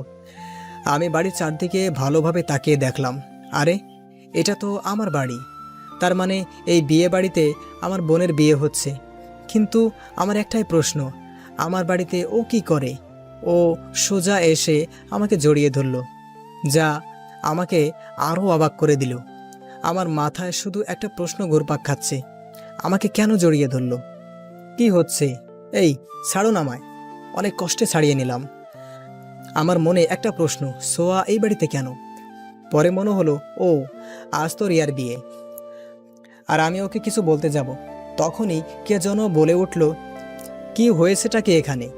এখানে এত হইচই কেন? বলতে বলতে আমার দিকে আসতে লাগলো। যখন লোকটি আমার সামনে আসলো, আমি যেন বোবা হয়ে গেলাম, কারণ লোকটা আমার বাবা। আর তার পিছনে বাড়ির সবাই অবাক হয়ে দাঁড়িয়ে আছে। আব্বুর কথায় আমার ভ্রম কাটে। বাবা, তুই কখন এলি? আব্বুকে থামিয়ে বলতে শুরু করলাম, আপনি আমাকে মাফ করবেন। এখানে আসার ইচ্ছা আমার কোনো কালেই ছিল না। নীলিমাকে ফলো করতে করতে যে আপনাদের এখানে এসে পড়ব তা বুঝতেই পারিনি। এসব তুই কি বলছিস? এটা তো তোর নিজেরই বাড়ি, আর এখানে তুই আসবি না তা কে আসবে? সরি, এটা আমার বাড়ি কোনো দিনও ছিল না, আর ভবিষ্যতেও না। কিছু বলতে যাব তখনই সোয়া বলে উঠল, এসব তুই কি বললি? সরি, আপনাকে তো আমি চিনতে পারলাম না, আর আমি অপরিচিত কারোর সাথে কথা বলি না। যাই হোক, আমি এখন আসি। আপনাদের এখানে এসে অনেক বড় ভুল করেছি। আপনার মেয়ের বিয়ে ভালোই ভালোই হোক এ আশাই করি। আসি। বোন কিছুই বলছে না, শুধু চোখের পানি ফেলছে। আজ ওকে অনেক সুন্দর দেখাচ্ছে। বধূর সাজে আমার বোনটা একদম পরীর মতো লাগছে। আজ অন্তত আমার একটা ইচ্ছা পূরণ হলো। তারপর আমি যেই ওখান থেকে আসতে ধরলাম, তখনই আম্মু বলে উঠল, অনেক বড় হয়েছিস তাই না? আমরা কি তোর কেউ না? আর এই মেয়েটা কেউ না? তুই কি অস্বীকার করতে পারবি ছোঁয়া তোর? থাক, আমি কিছু শুনতে চাই না। যে জন্যে এখানে আসা তা তো এখানে আজ হবার নয়। তবে যার জন্য আসা, থাক ওসব কথা। আমি এখন চলে যাব। আর আশা করি আমার জন্য আপনার মেয়ের বিয়েতে কোনো প্রকার ক্ষতি হবে না। আমি রাজীবকে বললাম, চল। তখন রাজীব বলল, পারবেজ, সবকিছু ভুলে মাফ করে দে না সবাইকে। অভিমান তো কাছের মানুষের উপর করা যায়, আর আমি কাকে ক্ষমা করব? কেউ তো অপরাধ করেনি, অপরাধী তো আমি। তুই যাবি কি না? না, আমি একাই যাব। আমি সেইখান থেকে সরাসরি বেরিয়ে আসি। তারপর বাড়িতে চলে আসি। রাতে খেয়ে ঘুমিয়ে পড়ি। পরের দিন খুব ভোরে ঘুম থেকে উঠি। তারপর ফ্রেশ হয়ে খাবার খেয়ে নীলিমাদের বাড়ির উদ্দেশ্যে বেরিয়ে পড়ি। আধা ঘন্টা পর আমি নীলিমাদের বাড়িতে পৌঁছাই। ওর বাড়িতে যেয়ে আমি কলিং বেল বাজাতেই কে যেন দরজা খুলে দিল। কে দরজা খুলে দিল তা জানি না, কারণ আমি কলিং বেল বাজিয়েই অন্যদিকে ফিরেছিলাম। কে আপনি? মেলি কণ্ঠে বলে উঠল। আমি যখন পিছন দিকে ফিরে তাকিয়ে দেখলাম, আমি অবাক হয়ে গেলাম, কারণ দরজাটা সোয়া খুলে দিয়েছে। ও ওখানে কি করছে? আর ও কিভাবে জানলো যে আমি আজকেই এখানে আসব? তাহলে কি ও কালকেই কিছু একটা বুঝতে পেরেছিল যে আমি এখানে আসব? কথাগুলো আমি মনে মনে ভাবছিলাম। তখনই ছোঁয়া অবাক হয়ে বলে উঠল, তুই এখানে? হ্যাঁ আমি, কিন্তু আপনি এখানে? আমি এখানে কেন মানে? এটা তো আমার বাবার বাড়ি, কিন্তু তুমি এখানে কেন? তাহলে কি আমি ভুল ঠিকানায় আসলাম? কিন্তু তা কি করে হয়? সুমন তো আমাকে এই ঠিকানায় দিয়েছিল। আচ্ছা, এটা নীলিমাদের বাড়ি না? হ্যাঁ, ও আমার বোন হয়। আর তোমাকে তো ওই খামের চিঠিতে আমি বলেইছিলাম। মানে কোন চিঠির কথা বলছেন আপনি? কেন, যেদিন তোমাকে বাড়ি থেকে দিলাম? ও, মনে পড়েছে, কিন্তু আমি ওটা খুলেও দেখি নাই। কেন? কারণ আমি এমন কোনো মানুষের কোনো কিছু টাচ করেও দেখি না যার জন্যে আমার কোনো ক্ষতি হয়। যাই হোক, আপনি একটু নীলিমা আর ওর বাবা মাকে, মানে আপনার বাবা মাকে ডেকে দিবেন। তুমি আমাকে আপনি করে কেন বলছো? আমি তো তোমার বিয়ে করাবো। কারণ তুমি করে বলার অধিকার আপনি হারিয়ে ফেলেছেন। আর আপনি কি যেন বলছিলেন, আমার বউ, আর আপনি আমাকে হাসালেন। আপনি হয়তো ভুলে গেছেন আমার সাথে আপনার ডিভোর্স হয়ে গেছে।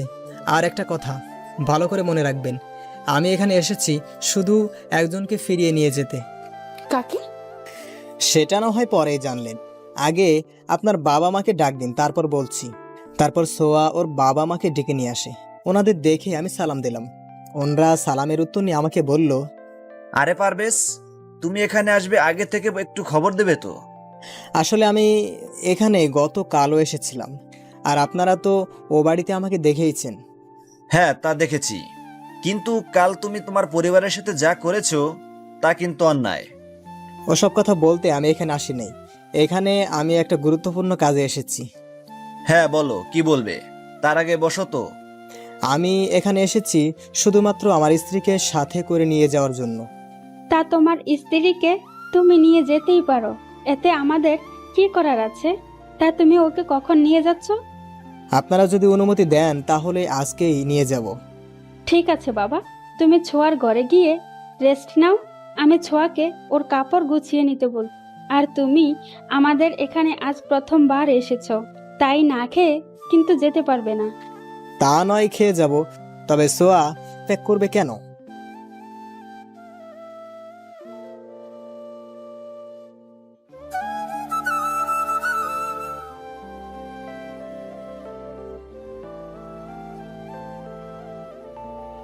ঠিক আছে বাবা, তুমি ছোঁয়ার ঘরে গিয়ে রেস্ট নাও। আমি ছোঁয়াকে ওর কাপড় গুছিয়ে নিতে বল। আর তুমি আমাদের এখানে আজ প্রথমবার এসেছো, তাই না খেয়ে কিন্তু যেতে পারবে না। তা নয় খেয়ে যাব, তবে সোয়া প্যাক করবে কেন?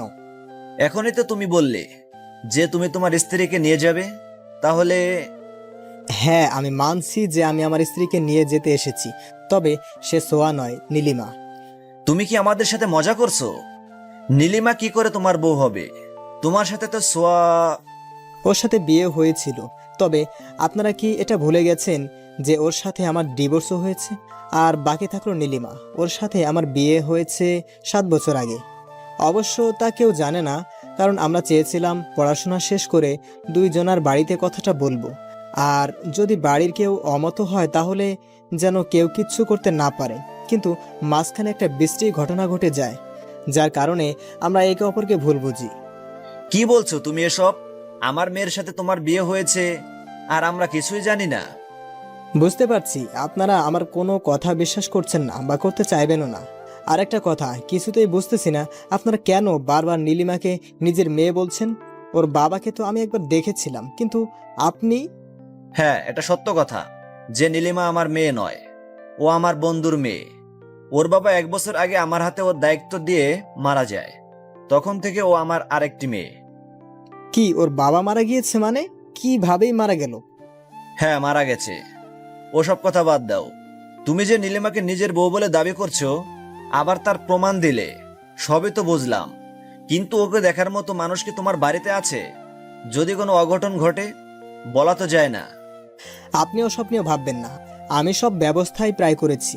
আর নীলিমাকে দেখে রাখার জন্য আমি একজন মহিলাকে খুঁজছি, যেন সে নীলিমার সব রকম খেয়াল রাখতে পারে। ও ঠিক আছে। ঠিক আছে। হ্যাঁ বাবা, পারভেজ, তুমি কি এটা জানো যে তোমার আর ছোঁয়ার ডিভোর্স? মা, তোমরা কি শুরু করেছো বলো তো?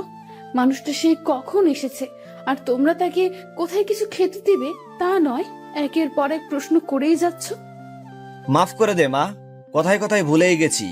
জামাই অনেকক্ষণ হলো এসেছে। মা, তুই গিয়ে টেবিলে খাবার বার, আমরা আসছি। তারপর আমরা সকলেই একসাথে খাবার খেলাম।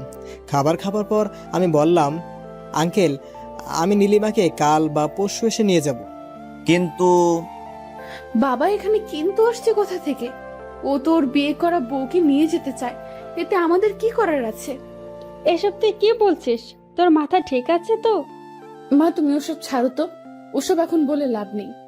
কোনো সত্যি ঘটনা না জেনে আমি যা করেছি তার ফল তো আমাকে ভোগ করতেই হবে, এটাই আমার শাস্তি। আমি ওইখান থেকে চলে আসি।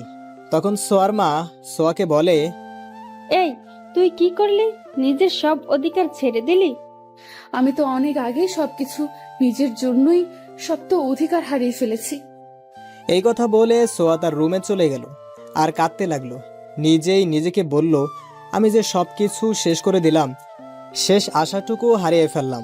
সেই দিন তোমার সাথে অন্যায় না করলে তোমাকে যে হারাতে হতো না, এতদিন তো তোমার অপেক্ষাতে ছিলাম। যেদিন সুমন ভাই তোমার খোঁজ দিতেছিল, আমি যে তোমার কাছে গিয়েছিলাম, যখন বাসে তোমাকে দেখেছিলাম তখন তোমাকে জড়িয়ে ধরতে ইচ্ছা হয়েছিল। তার জন্যই তো তুমি যখন বাসের মধ্যে ঘুমিয়েছিলে তখন তোমার বুকে মাথা রেখে ঘুমিয়েছিলাম। অনেকদিন পরে একটু শান্তি পেয়েছিলাম, ভেবেছিলাম আবার নতুন করে শুরু করব। তার হলো না। কাঁদতে কাঁদতে সোয়া ঘুমিয়ে গেল। তার পরের দিন আমি নীলিমাকে নেওয়ার জন্য গেলাম। সোয়া বাড়ি থেকে যখন চলে আসবে তখন সোয়া বলল, তুমি একা খেয়াল রাখতে পারবে? খেয়াল রাখার জন্য কাউকে রাখবো। সে তো ভালোভাবে খেয়াল রাখতে পারবে না, তাই বলছিলাম কি আমি আসলে তোমার কোনো সমস্যা হবে? ও তো নীলিমার ভালোভাবে খেয়াল রাখতে পারবে, কিন্তু একটা কথা মনের ভিতর থেকেই যাচ্ছে। সোয়া কি সত্যি নীলিমার খেয়াল রাখার জন্য আমার সাথে যেতে চাচ্ছে, নাকি আবার আমাকে কোনো বিপদে ফেলার জন্য এটা ওর কোনো পরিকল্পনা? হ্যাঁ, তাই হয়তো হবে।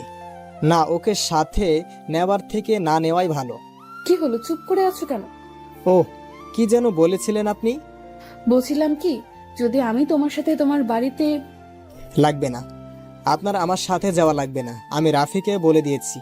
ও একজন বিশ্বস্ত কাজের লোক দেখছে, যে নীলিমার ভালো করে দেখাশোনা করবে। তুমি বুঝতেছো না কেন যে... আমার কারো কথা শোনার ইচ্ছা আমার নেই। আচ্ছা, আমার একটা অনুরোধ রাখবে? কি? একবার জড়িয়ে ধরতে দিবে আমায়? সোয়া আমাকে জড়িয়ে ধরলো। আমি কিছু বলার আগেই আর সাথে সাথে কান্না করে দিল। আমি কিছু বুঝলাম না। সোয়া আমাকে ঘৃণা করে, তাহলে এমনভাবে কেন কাঁদছে? কতক্ষণ এইভাবে ছিলাম মনে নেই। আমি ওকে ছাড়িয়ে নীলিমাকে নিয়ে চলে আসি। বাড়িতে এসেই আমি রাফিকে ফোন দিলাম। হ্যালো রাফি। হ্যাঁ বল, কি বলবি? কি বলবো মানে? তোকে না আমি বললাম নীলিমার দেখার জন্য, একজন মহিলাকে খোঁজার জন্য? পাগল হয়েছিস নাকি? এত তাড়াতাড়ি কিভাবে লোক পাবো? তুই যদি না পারিস তাহলে আমি না হয় অন্য কাউকে বলে দেখি। কি হলো, চুপ করে গেলি কেন? নাকি বোবা হলি? হ্যাঁ পাবো না মানে, পেয়ে গেছি। এটা বলে ফোন কেটে দিল। কিছুক্ষণ পর আবার কল দিল আর বলল একজনকে পেয়েছি, খুব ভালো কাজ করতে পারে, তাই আমি নিয়ে আসতে বললাম। 1 ঘন্টা পরে কলিং বেল বেজে উঠলো। দরজা খুলে দেখি রাফি আর একটা বোরকা পরা মেয়ে। রাফি ওই বোরকা পরা মেয়েকে দেখিয়ে বলল, পারভেজ, তোকে যার কথা বলেছি মেয়েটা খুব ভালো, বাড়ির সবকিছু নিজের বাড়ি মনে করেই করবে। ঠিক আছে ঠিক আছে, আর কিচ্ছু বলতে চাই না, আর জানতেও চাই না। তার থেকে বরং ভেতরে চলো। অনেকদিন পথ নীলিমা নিয়ে এসেছি, আর তোরাও তো মনে হয় ক্লান্ত হয়েছিস। তুই ঠিক বলেছিস, যা গরম এখন পড়েছে, এখানে থেকে একেবারে সিদ্ধ হয়ে যাচ্ছি। তার থেকে বরং ভিতরে যাই। তো আমি কি তোদের বাইরে থাকতে বললাম? উফ রাফি ভাই, আপনারা কি শুরু করলেন বলেন তো? আমি সেই কখন থেকে বাইরে দাঁড়িয়ে আছি, সেদিকে আপনার কোনো হুঁশ আছে? মেয়েটার গলা কেমন যেন সোয়ার মতো লাগলো, তবে মেয়েটা শুধু চলিত সব একসাথে কথার মাঝে নিয়ে আসছে। সরি, আপনি ভেতরে আসুন, আর আপনার সাথে কিছু কথা আছে। ঠিক আছে স্যার। তারপর আমরা ভিতরে এসে মেয়েটাকে আমি বললাম, আপনাকে তো রাফি হয়তো সব কিছু বলেছি, তবে একটা কথা বলছি, আপনি ওর কোনো অবহেলা করবেন না। আমি অফিসের কাজে যতক্ষণ থাকব ততক্ষণ পর্যন্ত আপনি সব সময় ওর পাশে থাকবেন, ওর যেন কোনো অসুবিধা না হয়। ঠিক আছে স্যার, এটা আমাকে বলতে হবে না। আমি আপামনির কাছেই সব সময় থাকবো। তাই যেন হয়। আরেকটা কথা, আপনি আমার পাশের রুমে থাকতে পারেন, আর যদি পারেন একটা ভালো রান্না করার লোক দেখুন। আমি এখানকার রাঁধুনির খাবার খেতে পাচ্ছি না। রান্না করার লোক খোঁজার কোনো দরকার নাই স্যার, আপনি বললে আমি নিজেই রান্না করে দিতে পারি। আমার রান্না মনে হয় না আপনার খারাপ লাগবে। ঠিক আছে, আপনি যখন নিজেই কাজটা করতে চাচ্ছেন এতে আমার কোনো অসুবিধে নেই। তাহলে আপনি ফ্রেশ হয়ে দুপুরের খাবার রান্না করুন। অথবা লিমা চলে গেল ফ্রেশ হয়ে রান্না করতে। আমি রাফিকে বললাম, তুই আজকে তাহলে আমাদের সাথে দুপুরের খাবারটা খেয়ে নে। দোস্ত, আজকে তুই আমাকে মাফ কর, আজ এখানে খেতে পারবো না, অন্য দিন খাবো। আমাকে এখনই যেতে হবে, হাতে মাত্র 20 মিনিট সময় আছে। আরে ভাই, তুই কোথায় যাবি যে এত তাড়াহুড়া করছিস? তোর অবস্থা দেখে মনে হচ্ছে জাহান্নামের চৌরাস্তায় যাবি। তোকে পরে সব বলবো, আগে যাই রে ভাই, তা না হলে আমাকে সত্যি জাহান্নামের চৌরাস্তা যেতে হবে। কি বললো কিছুই মাথায় ঢুকলো না, সব মাথার উপর দিয়ে উড়ে গেল।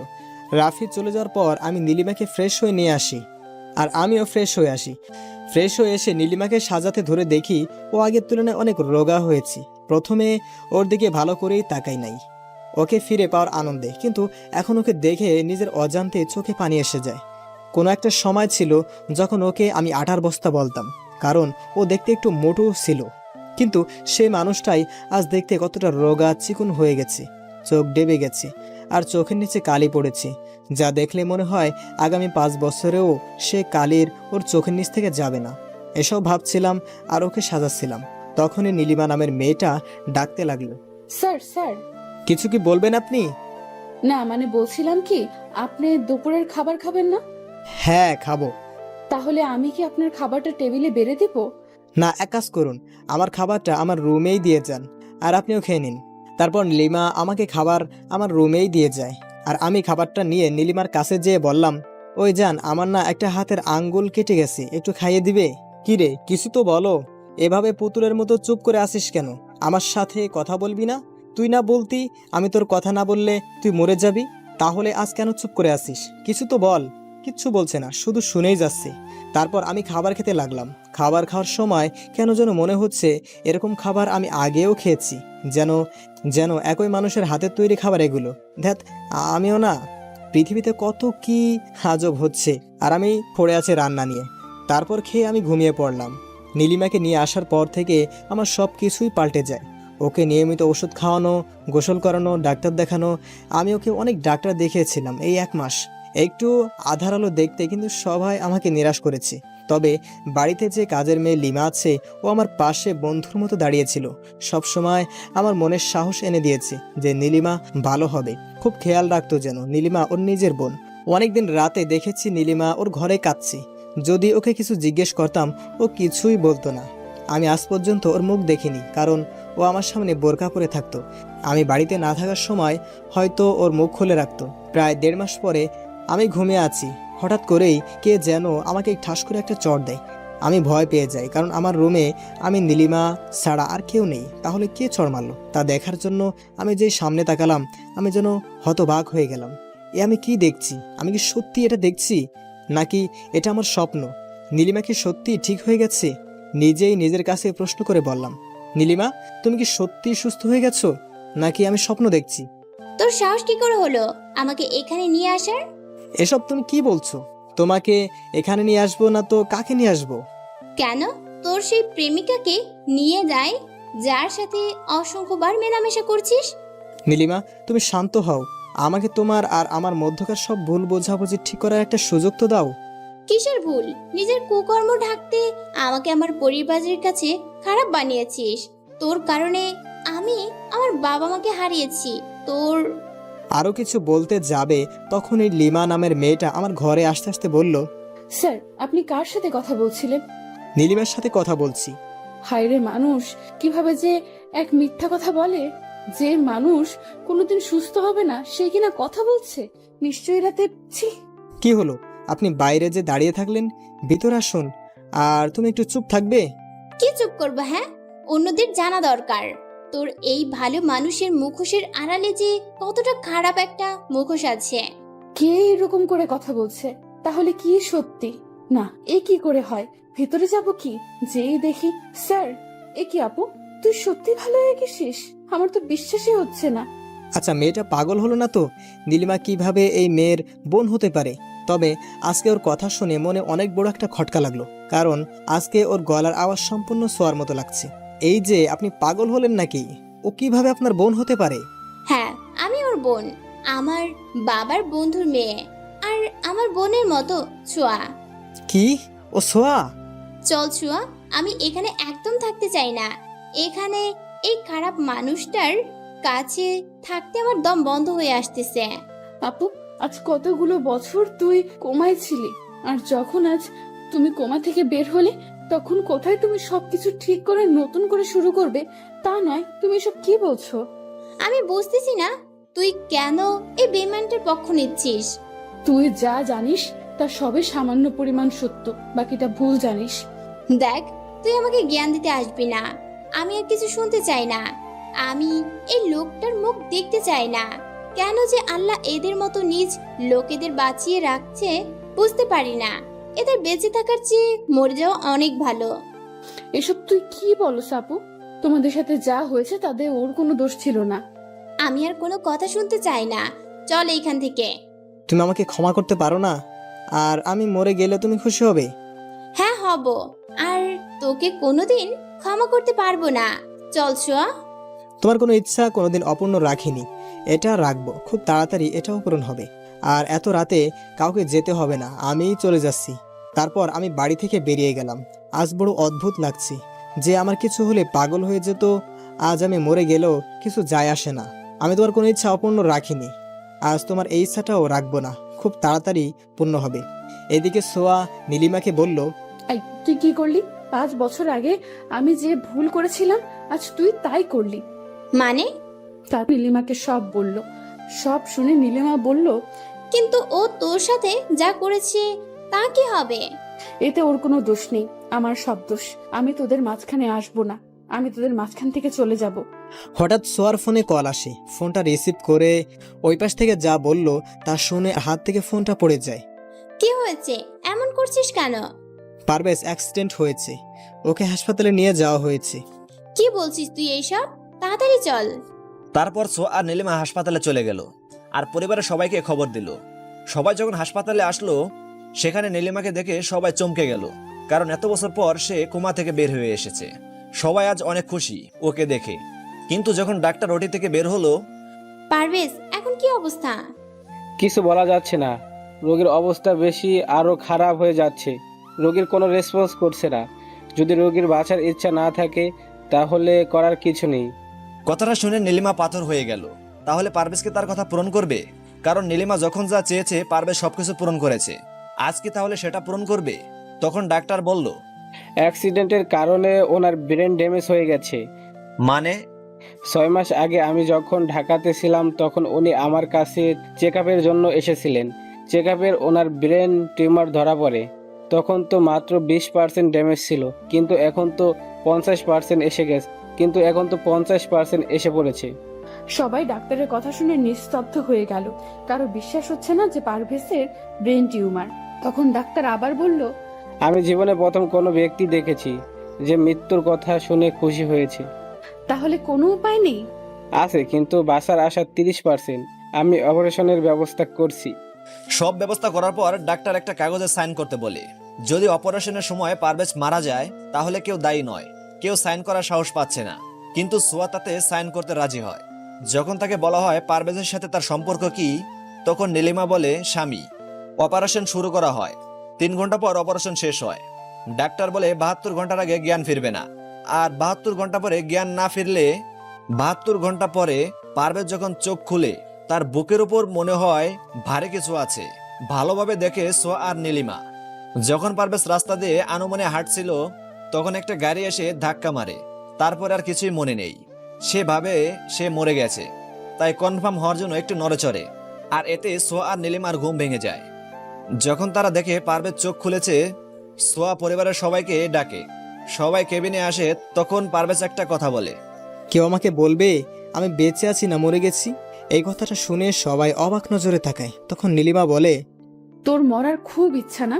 সুস্থ হ, তারপর আমরাই তোকে মেরে ফেলবো। আমরা মানে? আমি আর আপু।